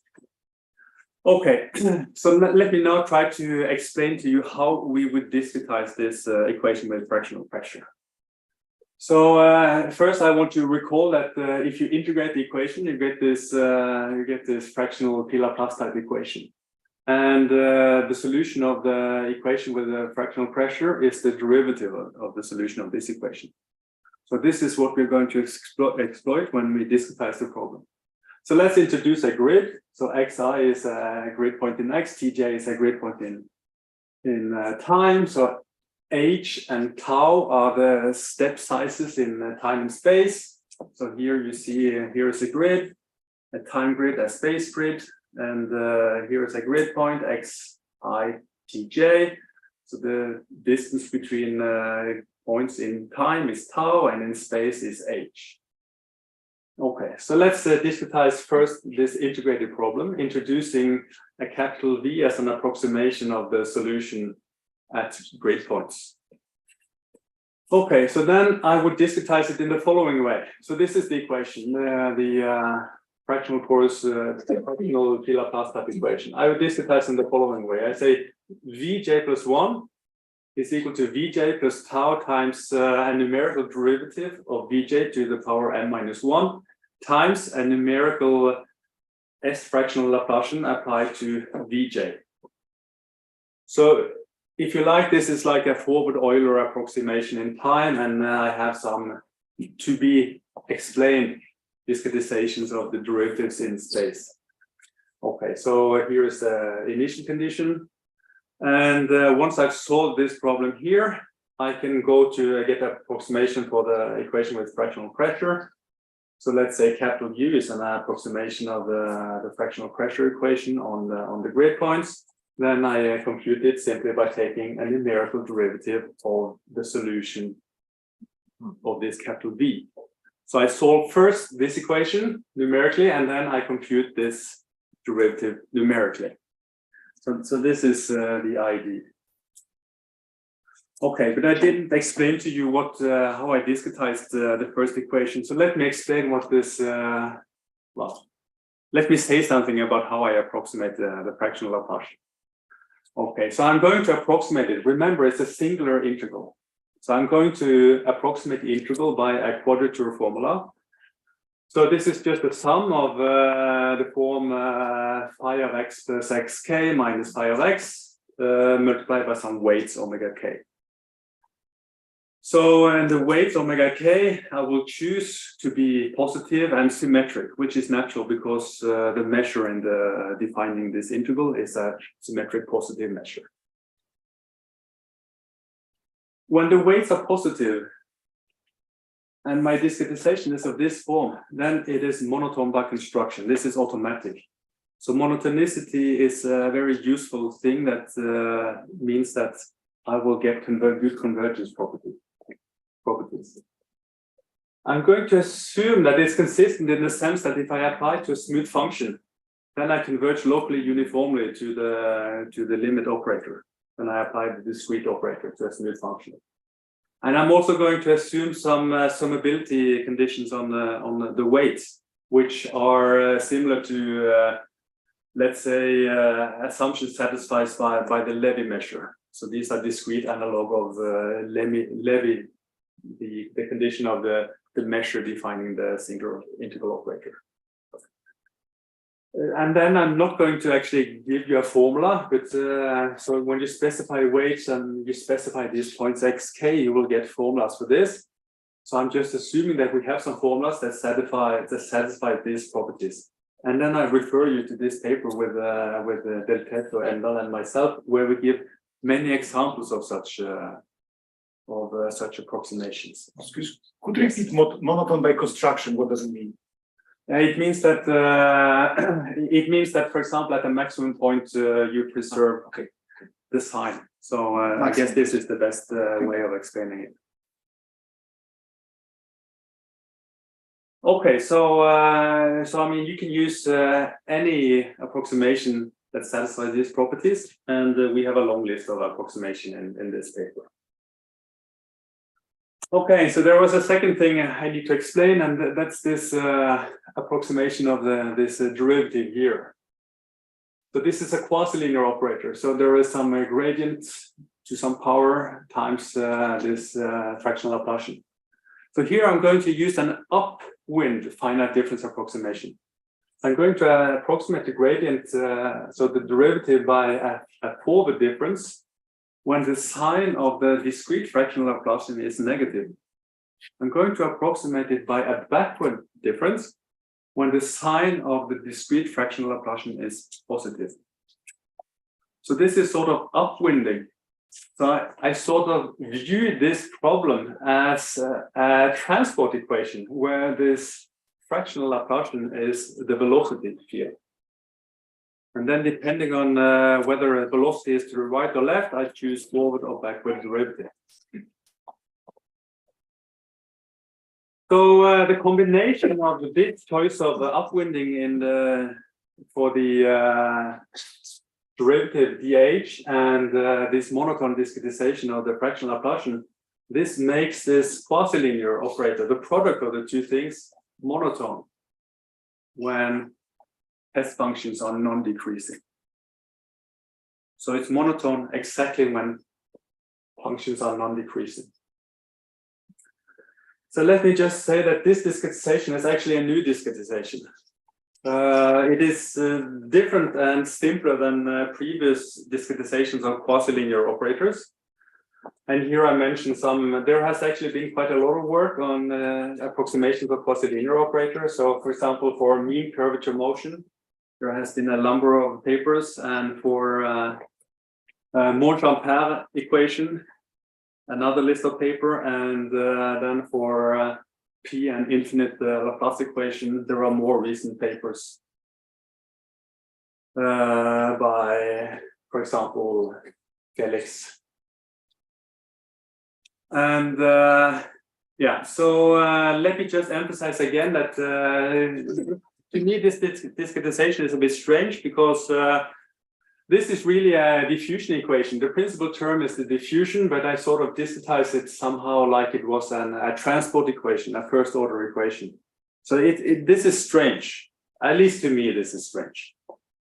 But doing it this way gives me a monotone approximation of the product of the discretizations. Okay. So so what we have is an explicit, monotone, consistent discretization of the integrated problem.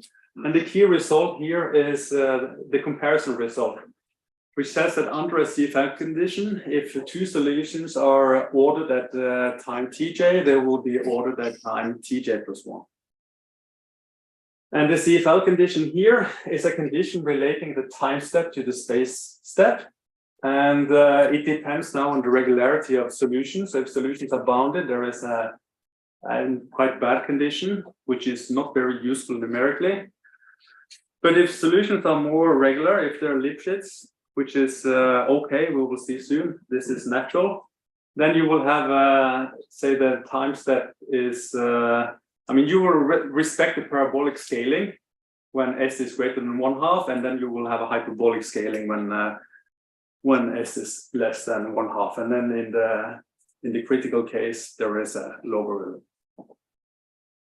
Okay, so the approximation satisfies comparison under a CFL condition. So we show the following properties of our scheme. So now assume that the initial data is non-decreasing, bounded by n, and has discrete derivatives bounded by L. And we also assume the CFL condition of the previous slide. Then we can show that solutions at later time will be non-decreasing. They will be bounded by n and have discrete derivatives bounded by L. If you start positive, you remain positive. There is an L infinity contraction. So difference between two solutions at time j is bounded by the difference at time 0 in L infinity. And we have some asymptotic results saying that if initial data converges to 0 as I goes to minus infinity and capital M as I goes to plus infinity, then the same is true for the solution at later times tj. And to prove this result, this is essentially a consequence of comparison, except for the last result, which is slightly more involved.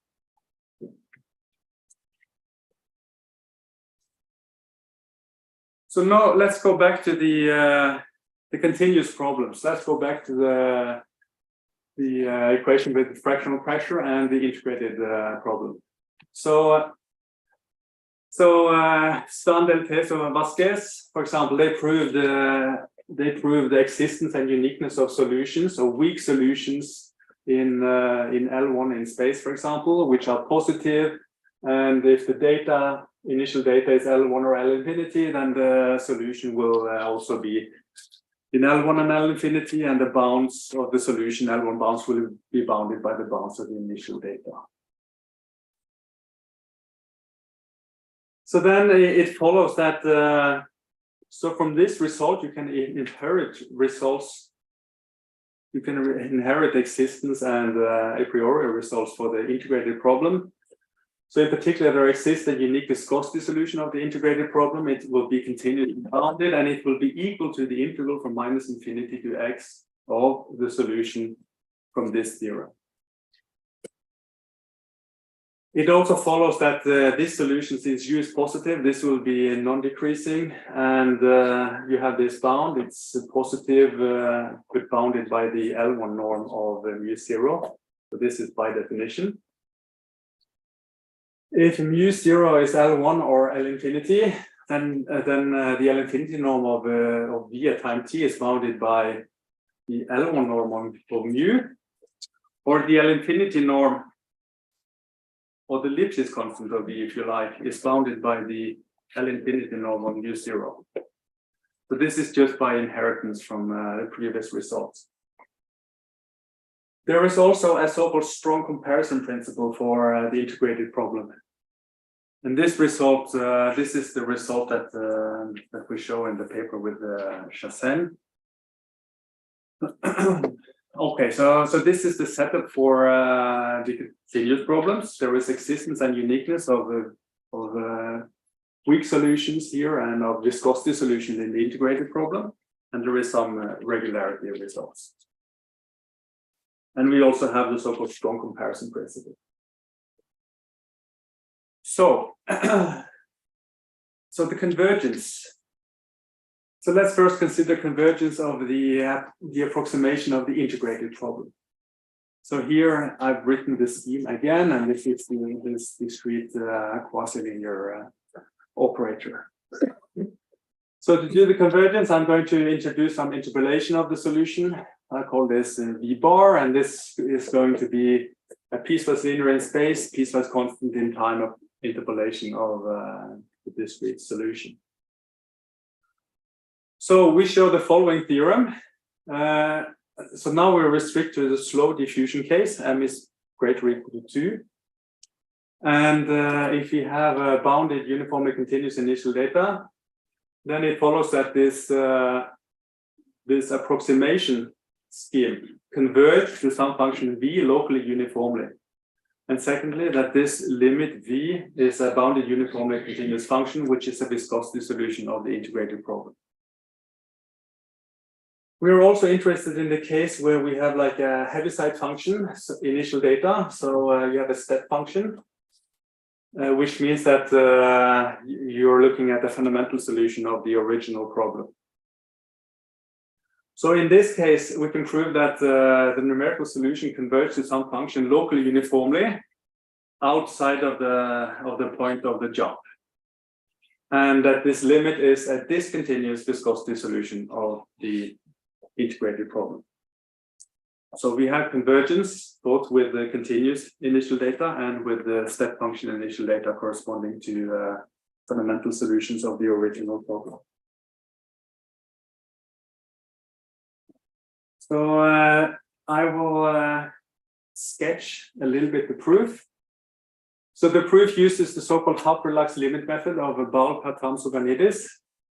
So the idea is that you prove uniform in H L infinity bounds on your discretization. You check monotonicity of the scheme. We have already discussed that, and you need the scheme to be consistent. Then you define the so-called half-relaxed limits. So the half-relaxed limits are given as follows. So there's a lower limit, V lower bar, which is the limit of the discretization. As ys converges to xt and h converges to 0. So it's like a triple limit. I also converge the points. I move the points and h at the same time. And then there is an upper limit, which is the upper bar, which is the lim sup moving the position and the discretization parameter at the same time. So by part one, these upper and lower limits, they are finite, and you can show that they are this so-called discontinuous viscosity super and sub-solutions of the integrated problem. So this is some stability property of viscosity solutions that allows for this. The final point is the strong comparison principle, because the strong comparison principle says that the sub-solution must be smaller than super solution, which means that the upper limit, which was the sub-solution, is smaller than the lower limit, which is the super solution. But this is saying that lim sup is less than lim int. The opposite is always true. So that means that this lim sup and lim int, they are actually limits. And so they're equal to one another, and they're limits. And since they're both sub and super solutions and coincide, there must be a solution. And this also means that you have a pointwise limit. So you fix the points and you let h go to 0. This implies that that this v is the pointwise limit of my discretization sequence. Okay, so here you have this is the convergence proof. This is the sketch of the convergence proof. So the key result here, maybe the most difficult result, is to have the strong comparison principle.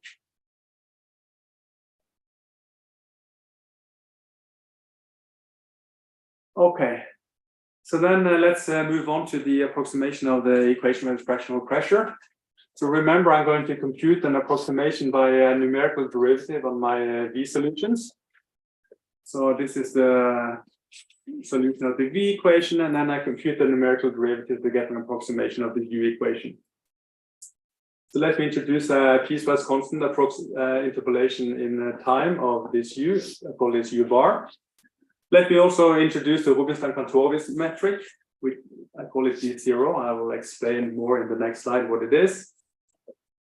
And then we have the following result for the fractional pressure equation. So if the initial data is in L1 or L1 intersected at infinity, then you have convergence sup in time in this Rubinstein-Kantorovich metric as h goes to 0. So the numerical approximation converge to the solution in this metric, sup in time and Rubinstein-Kantorovich in space. If you have a fundamental solution, so you have a delta function initial data, then you have a similar solution, except that you have to sup away from t equal to 0. So you have a similar convergence. The numerical approximation converges to U in Rubinstein-Kantorovich in space, sup in time.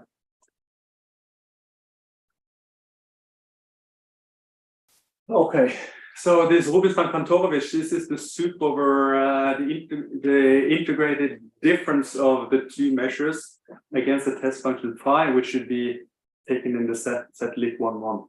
So the set lip11 is the space of test functions which are bounded by 1 and have Lipschitz constants bounded by 1. So convergence in this metric is equivalent to weak star convergence with test functions in bounded continuous test functions. So the space of probability measure is a complete metric space with this distance. And it sort of looks like a Wasserstein distance, but it's not. It's not the Wasserstein 1 distance, because in Wasserstein 1, the test functions are allowed to be unbounded. Only the Lipschitz constant needs to be less than 1. So if you want to see it as a Wasserstein distance, it would be the Wasserstein 0 distance, which probably doesn't make sense. I mean, this is what it is.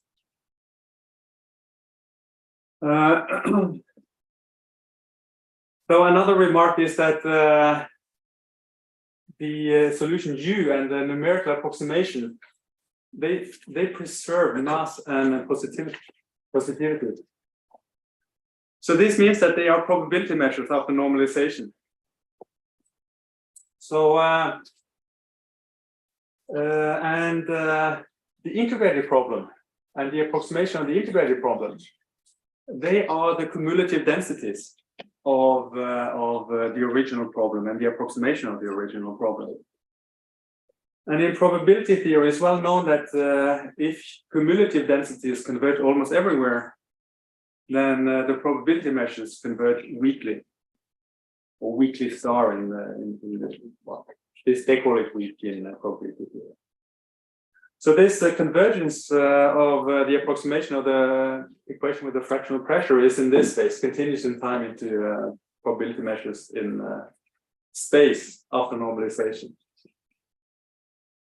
And the final remark is that if you know that the initial data for this fractional pressure equation is also bounded, not just in L1, then you have a better convergence because you will have convergence with test functions that are just in L infinity and not necessarily in CB.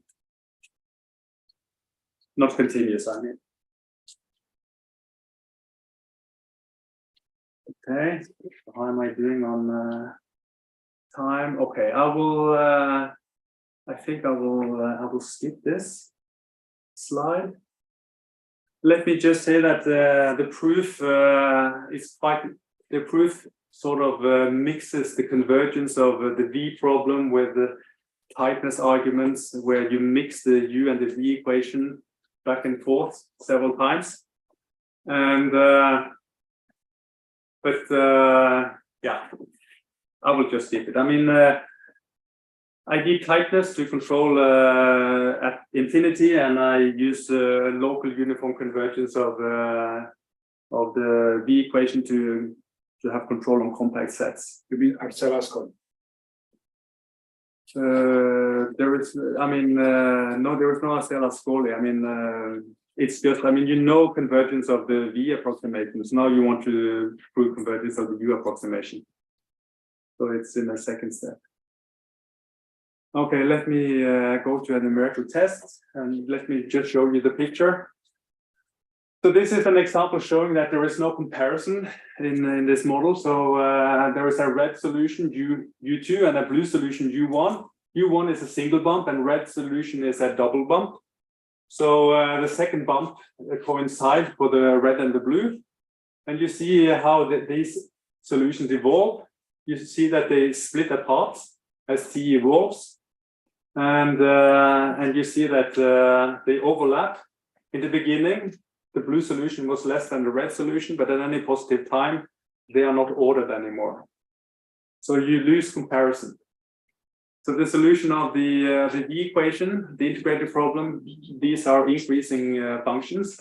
And you see the corresponding solutions in this picture here. Okay, I think that's what I wanted to say. So the paper is on archive, so thank you very much for the attention.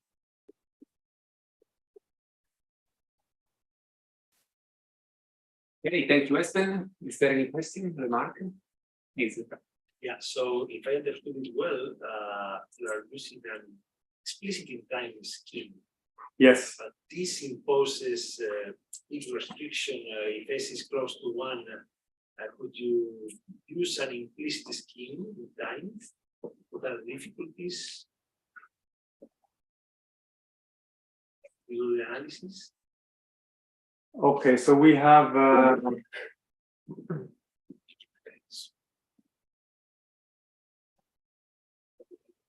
where did I? Here it is. Here is the CFL condition. Yeah.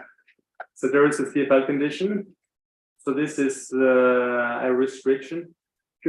Well, I guess we didn't do the implicit case, but I guess we believe this is possible to do this case as well. I mean, much of the analysis should be very similar, but now you have an implicit scheme, so I guess you need to prove, for example, that there exist solutions, and I don't expect there to be much differences if you want to have an implicit scheme. Another question. So, if I get it right, you the analysis only for monotone data and monotone solutions, but in your paper with Justin, yeah, you have existence and you have well closeness for general initial data. So, see that you have the method does not work. If okay, at some point you said that it was important that you had monotonicity in order to have a monotone operator. Is that an issue, or you think that it can be it's overcome hard in some way? Okay, so I have to say, I mean, so your remark is about the second equation. When you approximate the second equation, then you have increasing functions. So yeah, but the equation makes sense if I got it right. I mean, yeah, which are saying you don't impose that they are monotone. Okay, so you're right. I mean, for this equation, you don't have to assume that the data that solutions are increasing. But so my first response is that we are not solving this equation. We are actually solving that equation. So I mean, this is a tool to solve this equation. And in this equation, when solutions are positive, then these solutions are increasing. So if you come from positive solution above, then you need to be increasing below. No, I understand that, but my question is whether there is really a And then the next is that when you don't have a lot of this. yeah, okay. So the next remark is that the method we propose is monotone only for increasing solutions here. So this probably means that it's not a good solution. It's not a good method in general for this equation. So could you do something? I guess Felix is closest to answer that since he's already on. Everyone points to David. Okay, David. Invert the upwinding and then do the upwinding. So when you do upwinding for negative solutions, you do it reversely. It's basically like you reverse time. Okay, we should discuss about this, David. Okay, is there any other, please? So I understood that to show the convergence, 1D is essential, and this formulation is essential. In high dimensional case, you can write the scheme, but you cannot show much. Am I right? Yeah, you're right. I mean, this analysis is very much related to. I mean, it's very much related to this relation here. I mean, even the scheme is related to this, right? I mean, this equivalence here is not true in higher dimensions. So yeah, it is very much for 1D, but at least the way at least the way it's formulated here is 1D, and the analysis is very much 1D. But then in multi-D there is no uniqueness in this problem here. So then it's this when there is no uniqueness. I mean, at least having convergent numerical schemes is also could be difficult. Once I saw a numerics for Euler equation where it's well known that there's no uniqueness. So there was some H step, we showed the picture, then smaller H picture completely different, and another H completely different picture. So that was a numerical evidence of non-uniqueness. You should try to do this here to show non-uniqueness. Maybe we will, but we like analysis. We like analysis. Yeah, okay. So I have a question about the part of giving initial data, which is a delta for the density or a heaviside for the mass. Yeah. So you prove uniform convergence outside of the point where you have put the measure. Mm-hmm.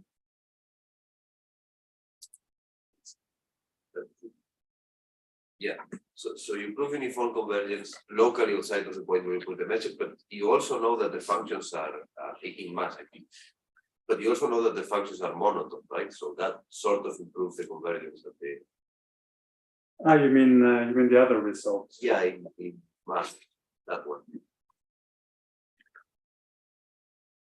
So you have a sequence of functions which converge uniformly everywhere except for one point. And at that point, you may or may not have a discontinuity, but can you not use the monotonicity to No, you do. I mean, you do. I mean, it is discontinuous at this point. Yeah, at initial time. Yeah, so it converges locally uniformly except this single point. So it's really local uniform everywhere else. Okay. And so in the numerics, then you have convergence in supremum norm in time to Rubinstein-Kantorovich norm in space of the densities for positive times.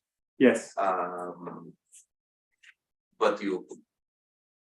But that result seems like you could improve the epsilon by doing it in integral terms, maybe using continuous dependence of the origin for both problems.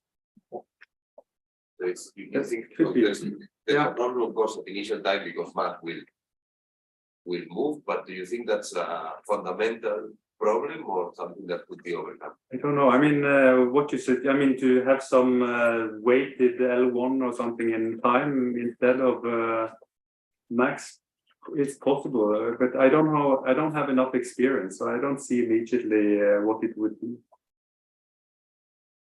But it could be possible. I agree. So you could have a global norm instead. Thank you. Okay, so thank you very much for your questions. Thank you very much.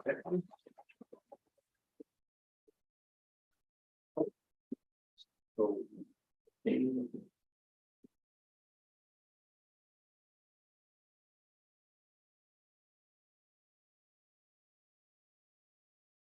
Right. I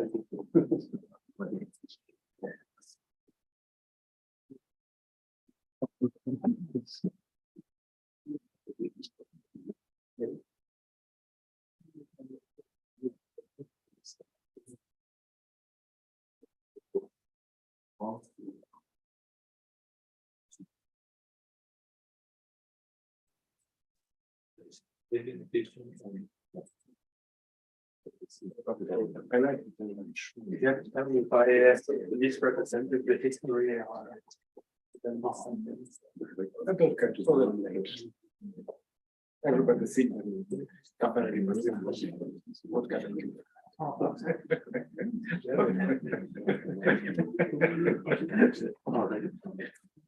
I cannot compete with you. You were the first, but in some sense they were the first. I mean, I guess both is true.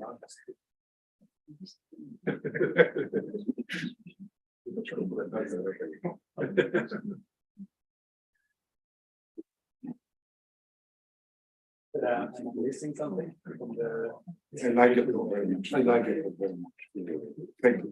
You're excited. You didn't go 20 times in the talk. Yeah. It is right. okay, so it's my pleasure to introduce Professor Masahiko Shimojo from Tokyo Metropolitan University. So please. Thank you for the introduction. First, I'd like to express my. I'm Masahiko Shimojo from Tokyo Metropolitan University, and first I'd like to express thanks to all organizers. So Vasquez and Matteo Bonforte, Ishige, and Akagi for giving organizing the chance to the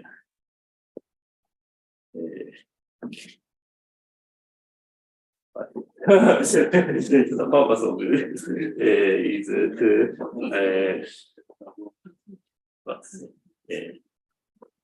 to make a development of our theorem during the stage. First, this is the joint work with Professor John Shengo of Tanka University. It doesn't work.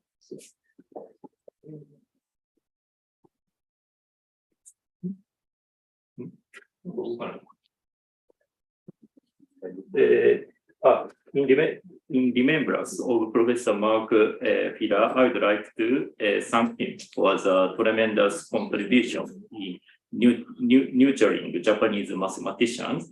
My joint book titled Introduction to Blow-up Problem for Nonlinear Heat Equation, which was lectured by Professor Mark Filler, it's the summer seminary note Mathematical Society Science of the University of Tokyo, in Japanese. Professor Mark Filler was not just a teacher, but a guiding light for us. His teaching will forever echo in our mind and heart. And his legacy of knowledge and kindness will continue to inspire generations. Thank you. French doesn't.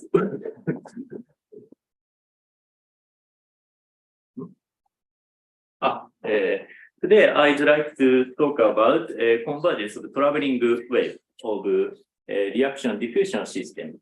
In the first part, I'd like to explain in the simpler setting in the scalar reaction diffusion equation.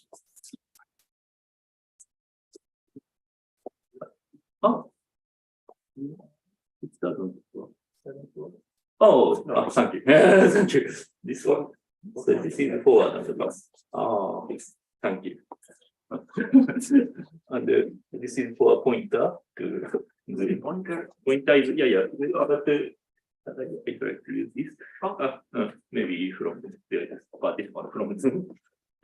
For the semi-linear parabolic with let UXP be a density of some function at the place x and t, and u sub t equal Laplacian u plus f of u. Here, Laplacian u means the diffusion, and f of u is a reaction. In the if we choose suitable f, it appears in the context of phase transition and combustion or blow-up problem, which was there were several lectures in this conference.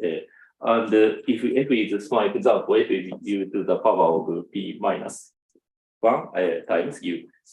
And my lecture is related to the traveling wave solution and spreading, especially for the monostable nonlinearity.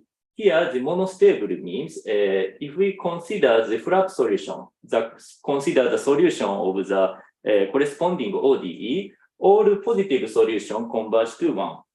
So we will call this nonlinearity as monostable equation.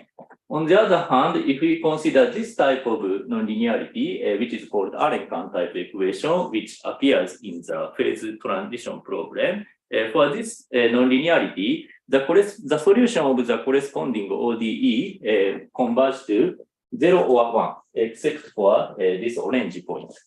So there are two stable points. So we call it bistable nonlinearity. Today, I'd like to concentrate on monostable nonlinearity. And here, let me explain what is the traveling wave is. Let U be a solution of this reaction diffusion equation. And if we call the solution is a traveling wave, which is written by the function of this form. Phi is some function of one variable, and u is equal to phi x minus ct. And by a simple calculation, the function phi satisfies this profile equation of the second order ODE. And this has a trivial solution. If phi equals 0 and phi equals 1, it is a solution. But in order to exclude that possibility, we need to assume this kind of boundary condition at space infinity. In this talk, phi attain 1 at minus infinity, and phi attain 0 at plus infinity. So 0 plus infinity, phi equals 0 is unstable equilibrium, and phi equals 1 is stable equilibrium. So I consider the traveling wave connect stable equilibrium to unstable equilibrium.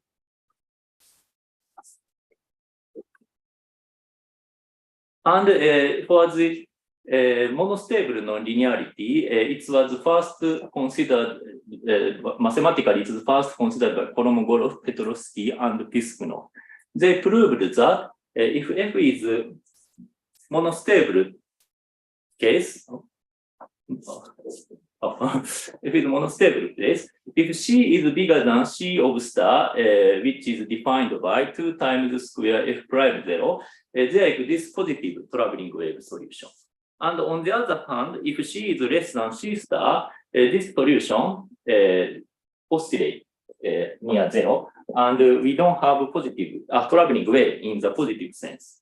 And they also consider the convergence to the traveling wave for a very special initial data. If U0 is a Heaviside-like function, then there is this some shift function eta, which speed converges to 0, and U of the corresponding solution converges to the shape of the corresponding solution converges to the traveling front, that of traveling front with minimum speed.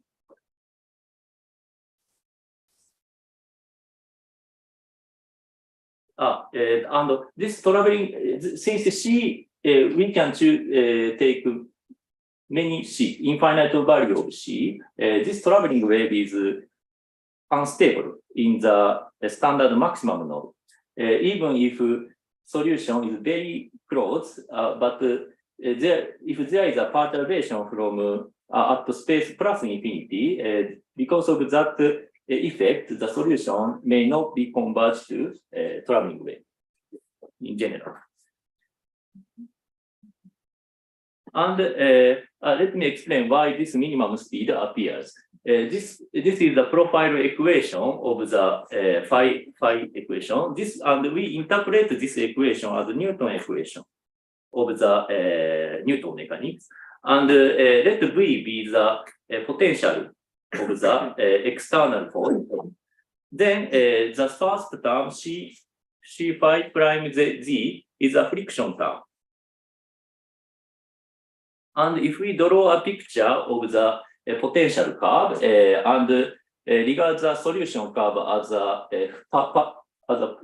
particle, this orange ball, then if C is sufficiently small, C is too small, this ball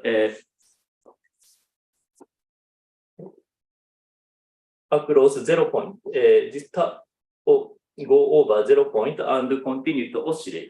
So it is impossible that if C is too small, the traveling wave become positive.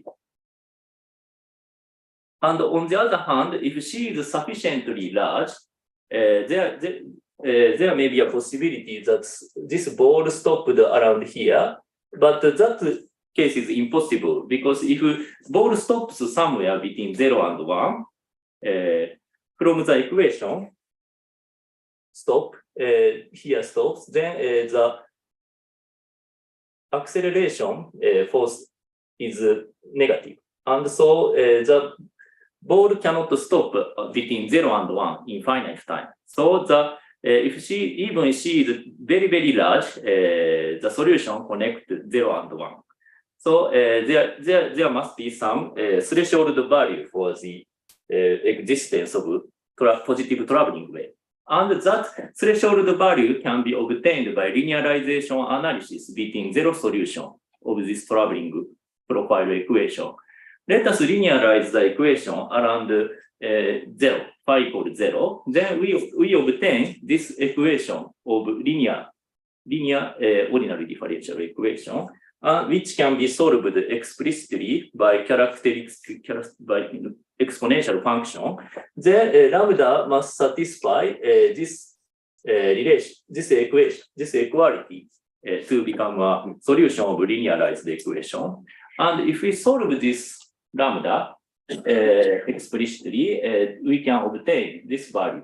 So if C to the power square minus 4d times f prime 0 is negative, there is an oscillation at space plus infinity. So it is impossible to have a positive traveling wave. And that value is 2 times square d f prime 0, which is the minimum speed C of C star. This is the way to get the minimum speed formally. And for the as I mentioned before, the traveling wave is not stable in the sense of an infinity norm. So in order to recover the stability, we need to consider some weighted space. Let me explain that. Let us consider a very simple problem, and we consider the equation on the moving coordinate. So there appears the C first derivative of z variable. Z is equal to x minus ct. And let us define lambda sub s by this value. Then it is known that if C is bigger than C star, which is 2, phi C, that traveling wave decays to 0 with this with the order e to the minus lambda s of z. It is we can check by the phase plane analysis of the second order ODE. And let us define lambda w between lambda s and bigger root of quadratic equation. And let us define this functional space. V is a uniformly bounded function and satisfy this condition e to the by multiplying this it is bounded, sorry, it is uniformly bounded, and we define this node. And Sattinger proves that by the linearization analysis, traveling wave is stable in this weighted balance space. And his argument is we linearize the equation around the profile phi of C and analyze the do the spectral analysis.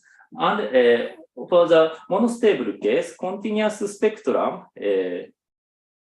have some positive real value. So, but if we consider the if we do the spectral analysis on this weighted state, that spectral move to the left, and there is only zero eigenvalue, and other eigenvalue is negative, and spectral is negative. So we by the standard linearizing principle of infinite dimensional dynamical system, we can obtain the exponentially convergence to the traveling wave.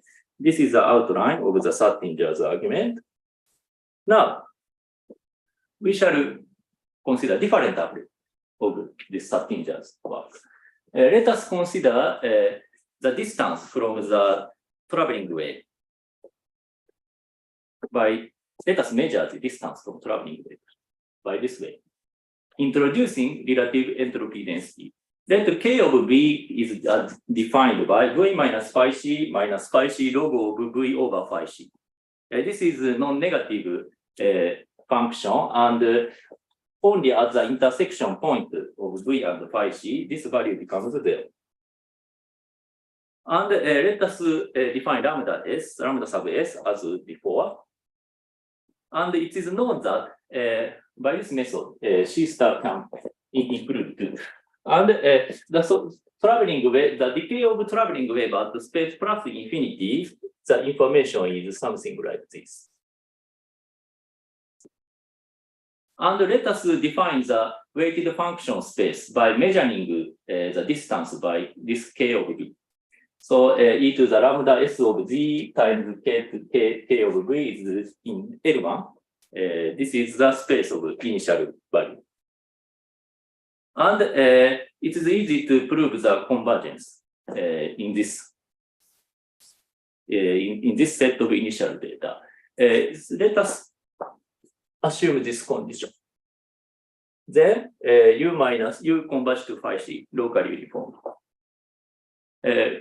I shall prove it in 3 minutes. Very elementary.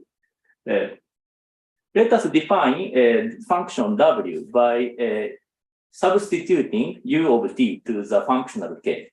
This is a function of X and T. Then by our calculation, we can prove that this WXT satisfies the following ordinary partial differential inequality equation. And it is very important point is this is non-negative, and it becomes 0 only at the intersection point. And this is also non-negative. So we have this partial differential inequality. This is linear problem. So the remainder term is always non-positive. So, but by introducing this way of by measuring distance by sorry, this is not the distance. By measuring distance from traveling wave by kappa, we can linearize the nonlinear equation in some sense. And W is non-negative. And let us define V by this. Then we can eliminate the zeroth order term. And this is a linear heat equation. So we can solve it explicitly. And by using Helder inequality, our assumption is this function is L1. Initial data is L1. So the solution converges to 0 as t goes to infinity. This is the idea of the proof. And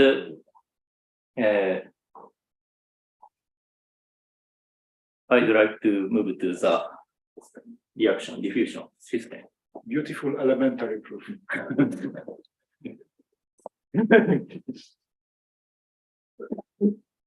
Now,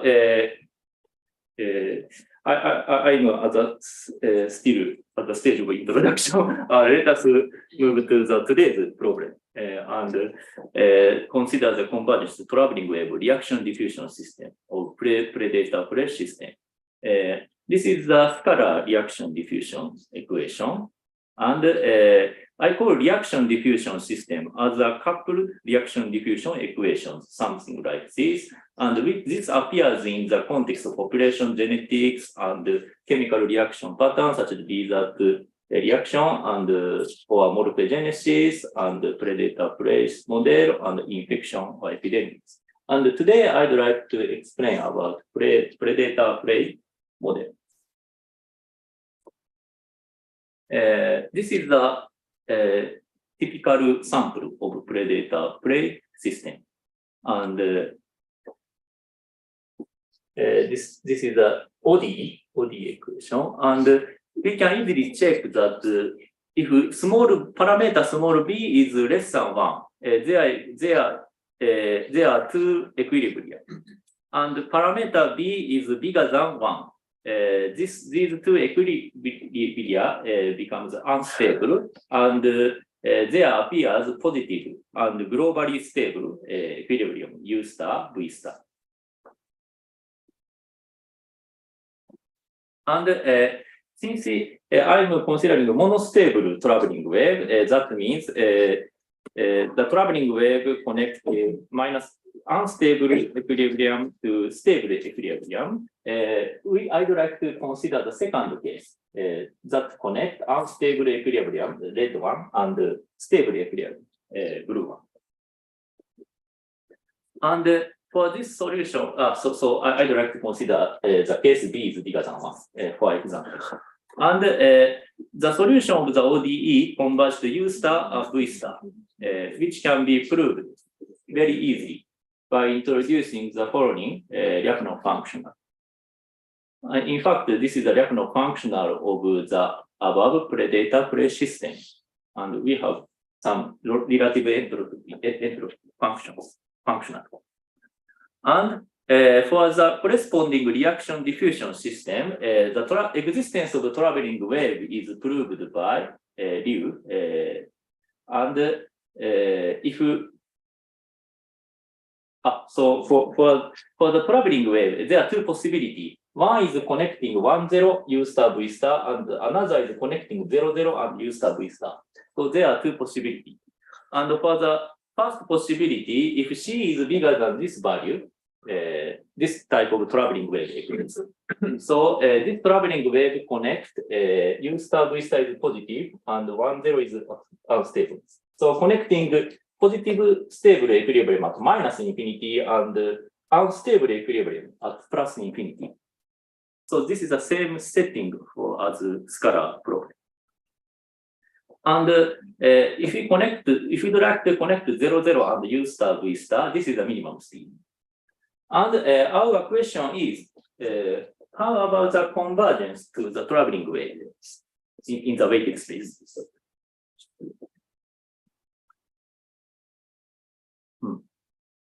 This is the natural question. And in most research, to consider the stability on weighted spaces, most people want to apply Sattinger's method. So they need to do spectral analysis, but that spectral analysis is very, very hard for parabolic system. And only very few type of equation it is succeed to complete that. But our method works if the all coefficient deficients are equal. And this is the general theory we obtain. U vector U star is a positive equilibrium, and that is unique and globally stable of the corresponding ODE. And the second assumption is related to entropy, and there exists sigma I such that which satisfy this type of inequality. And here GI is appears here, and we assume this inequality. This is a very natural condition. And H of 3 is something like this, and very little technical.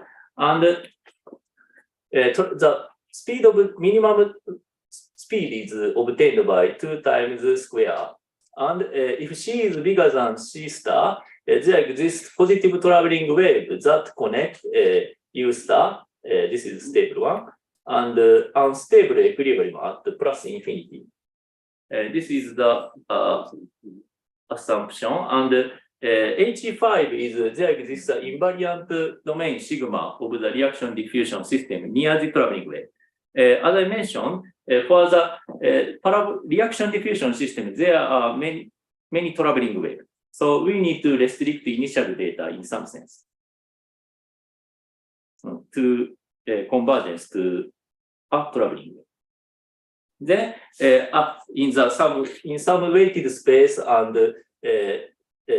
in the invariant domain, if the initial data is in that set, the solution converges to phi c locally uniformly as t goes to infinity.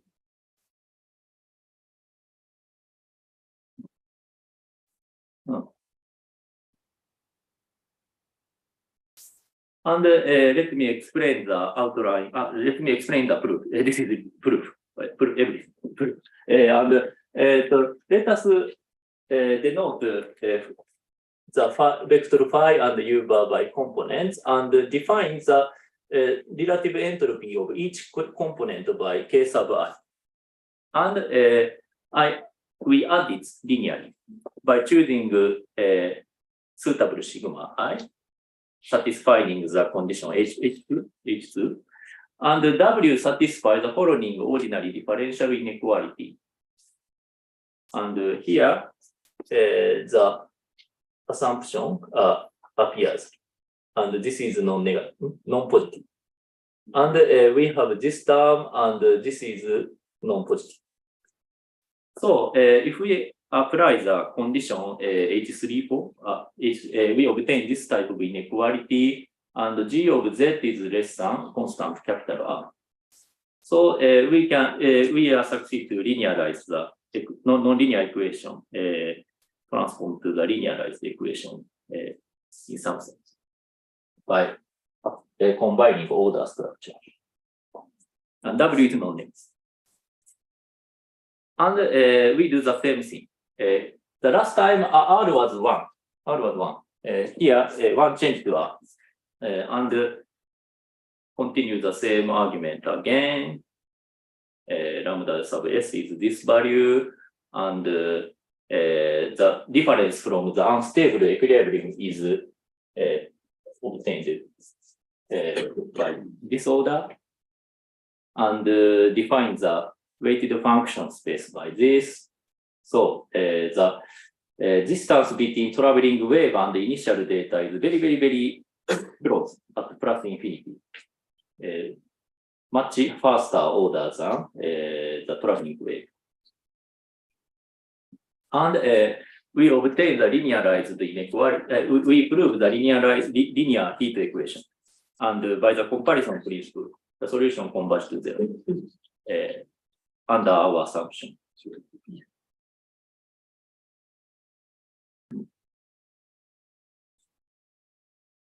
Here, to get the inequality for W equation, we use the assumption that all diffusion coefficients are equal.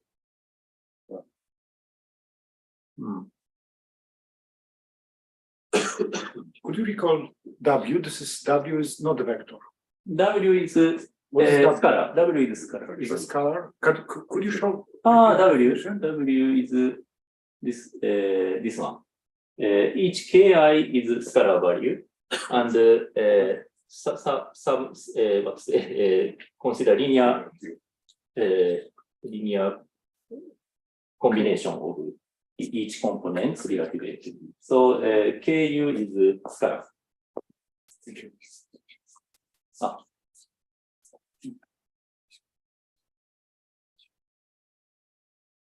And repeat the same argument.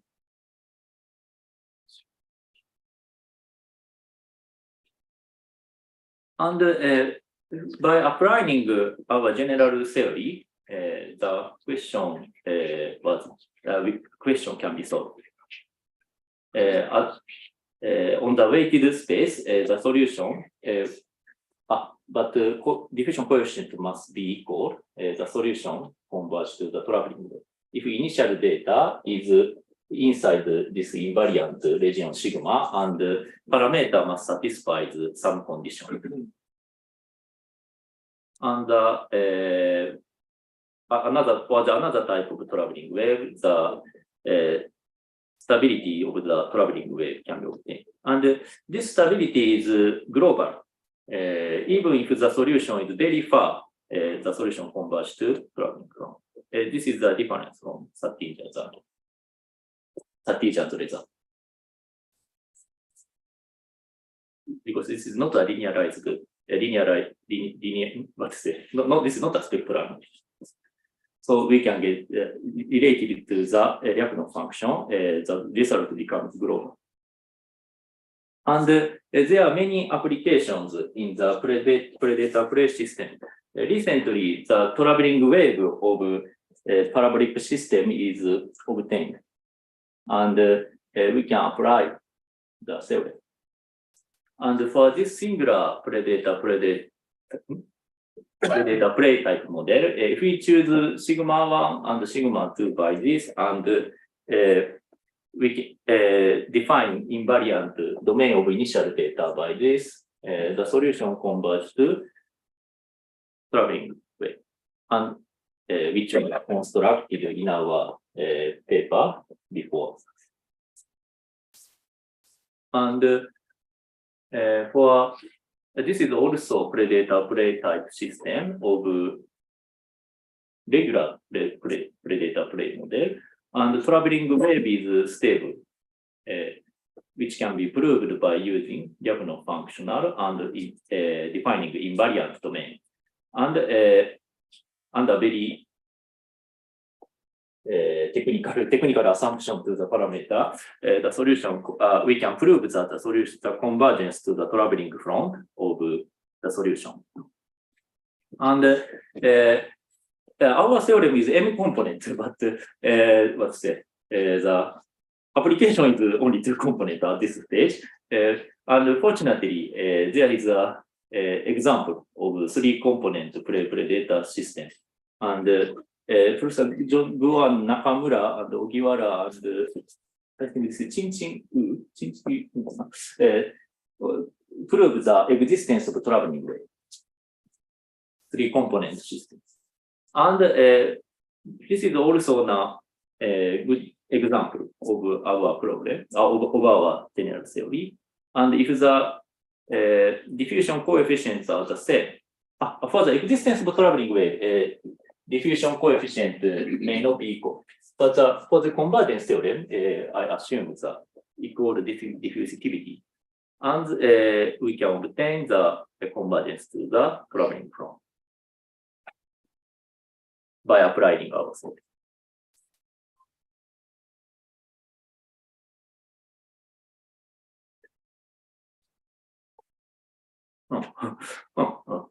Thank you for your attention.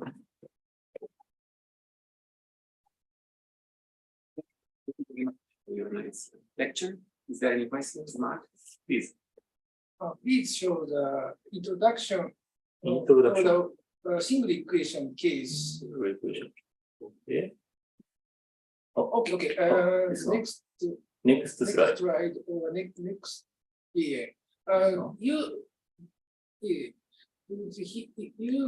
obtain the solution, converting to the traveling wave solution locally uniformly. Can you obtain the uniform convergence to the solution to stabilization.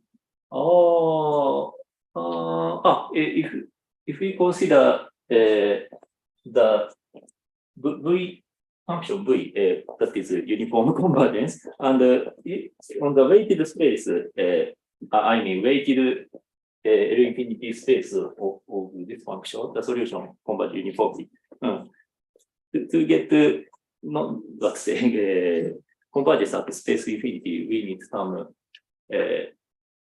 weight to get the global convergence. Yeah. Why do you need invariant region for systems?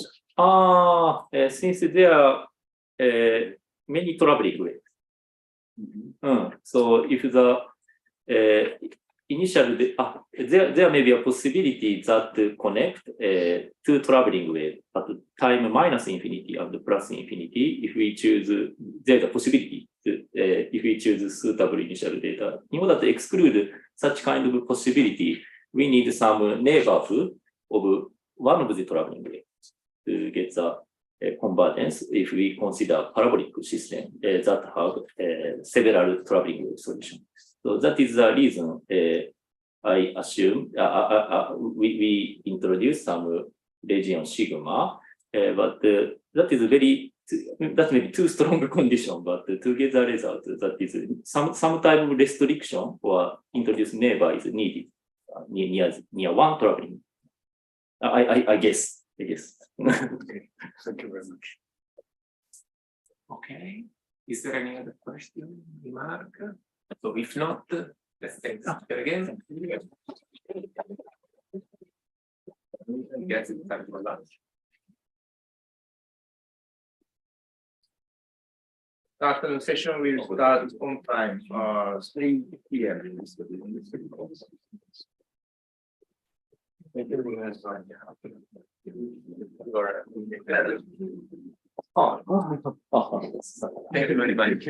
you.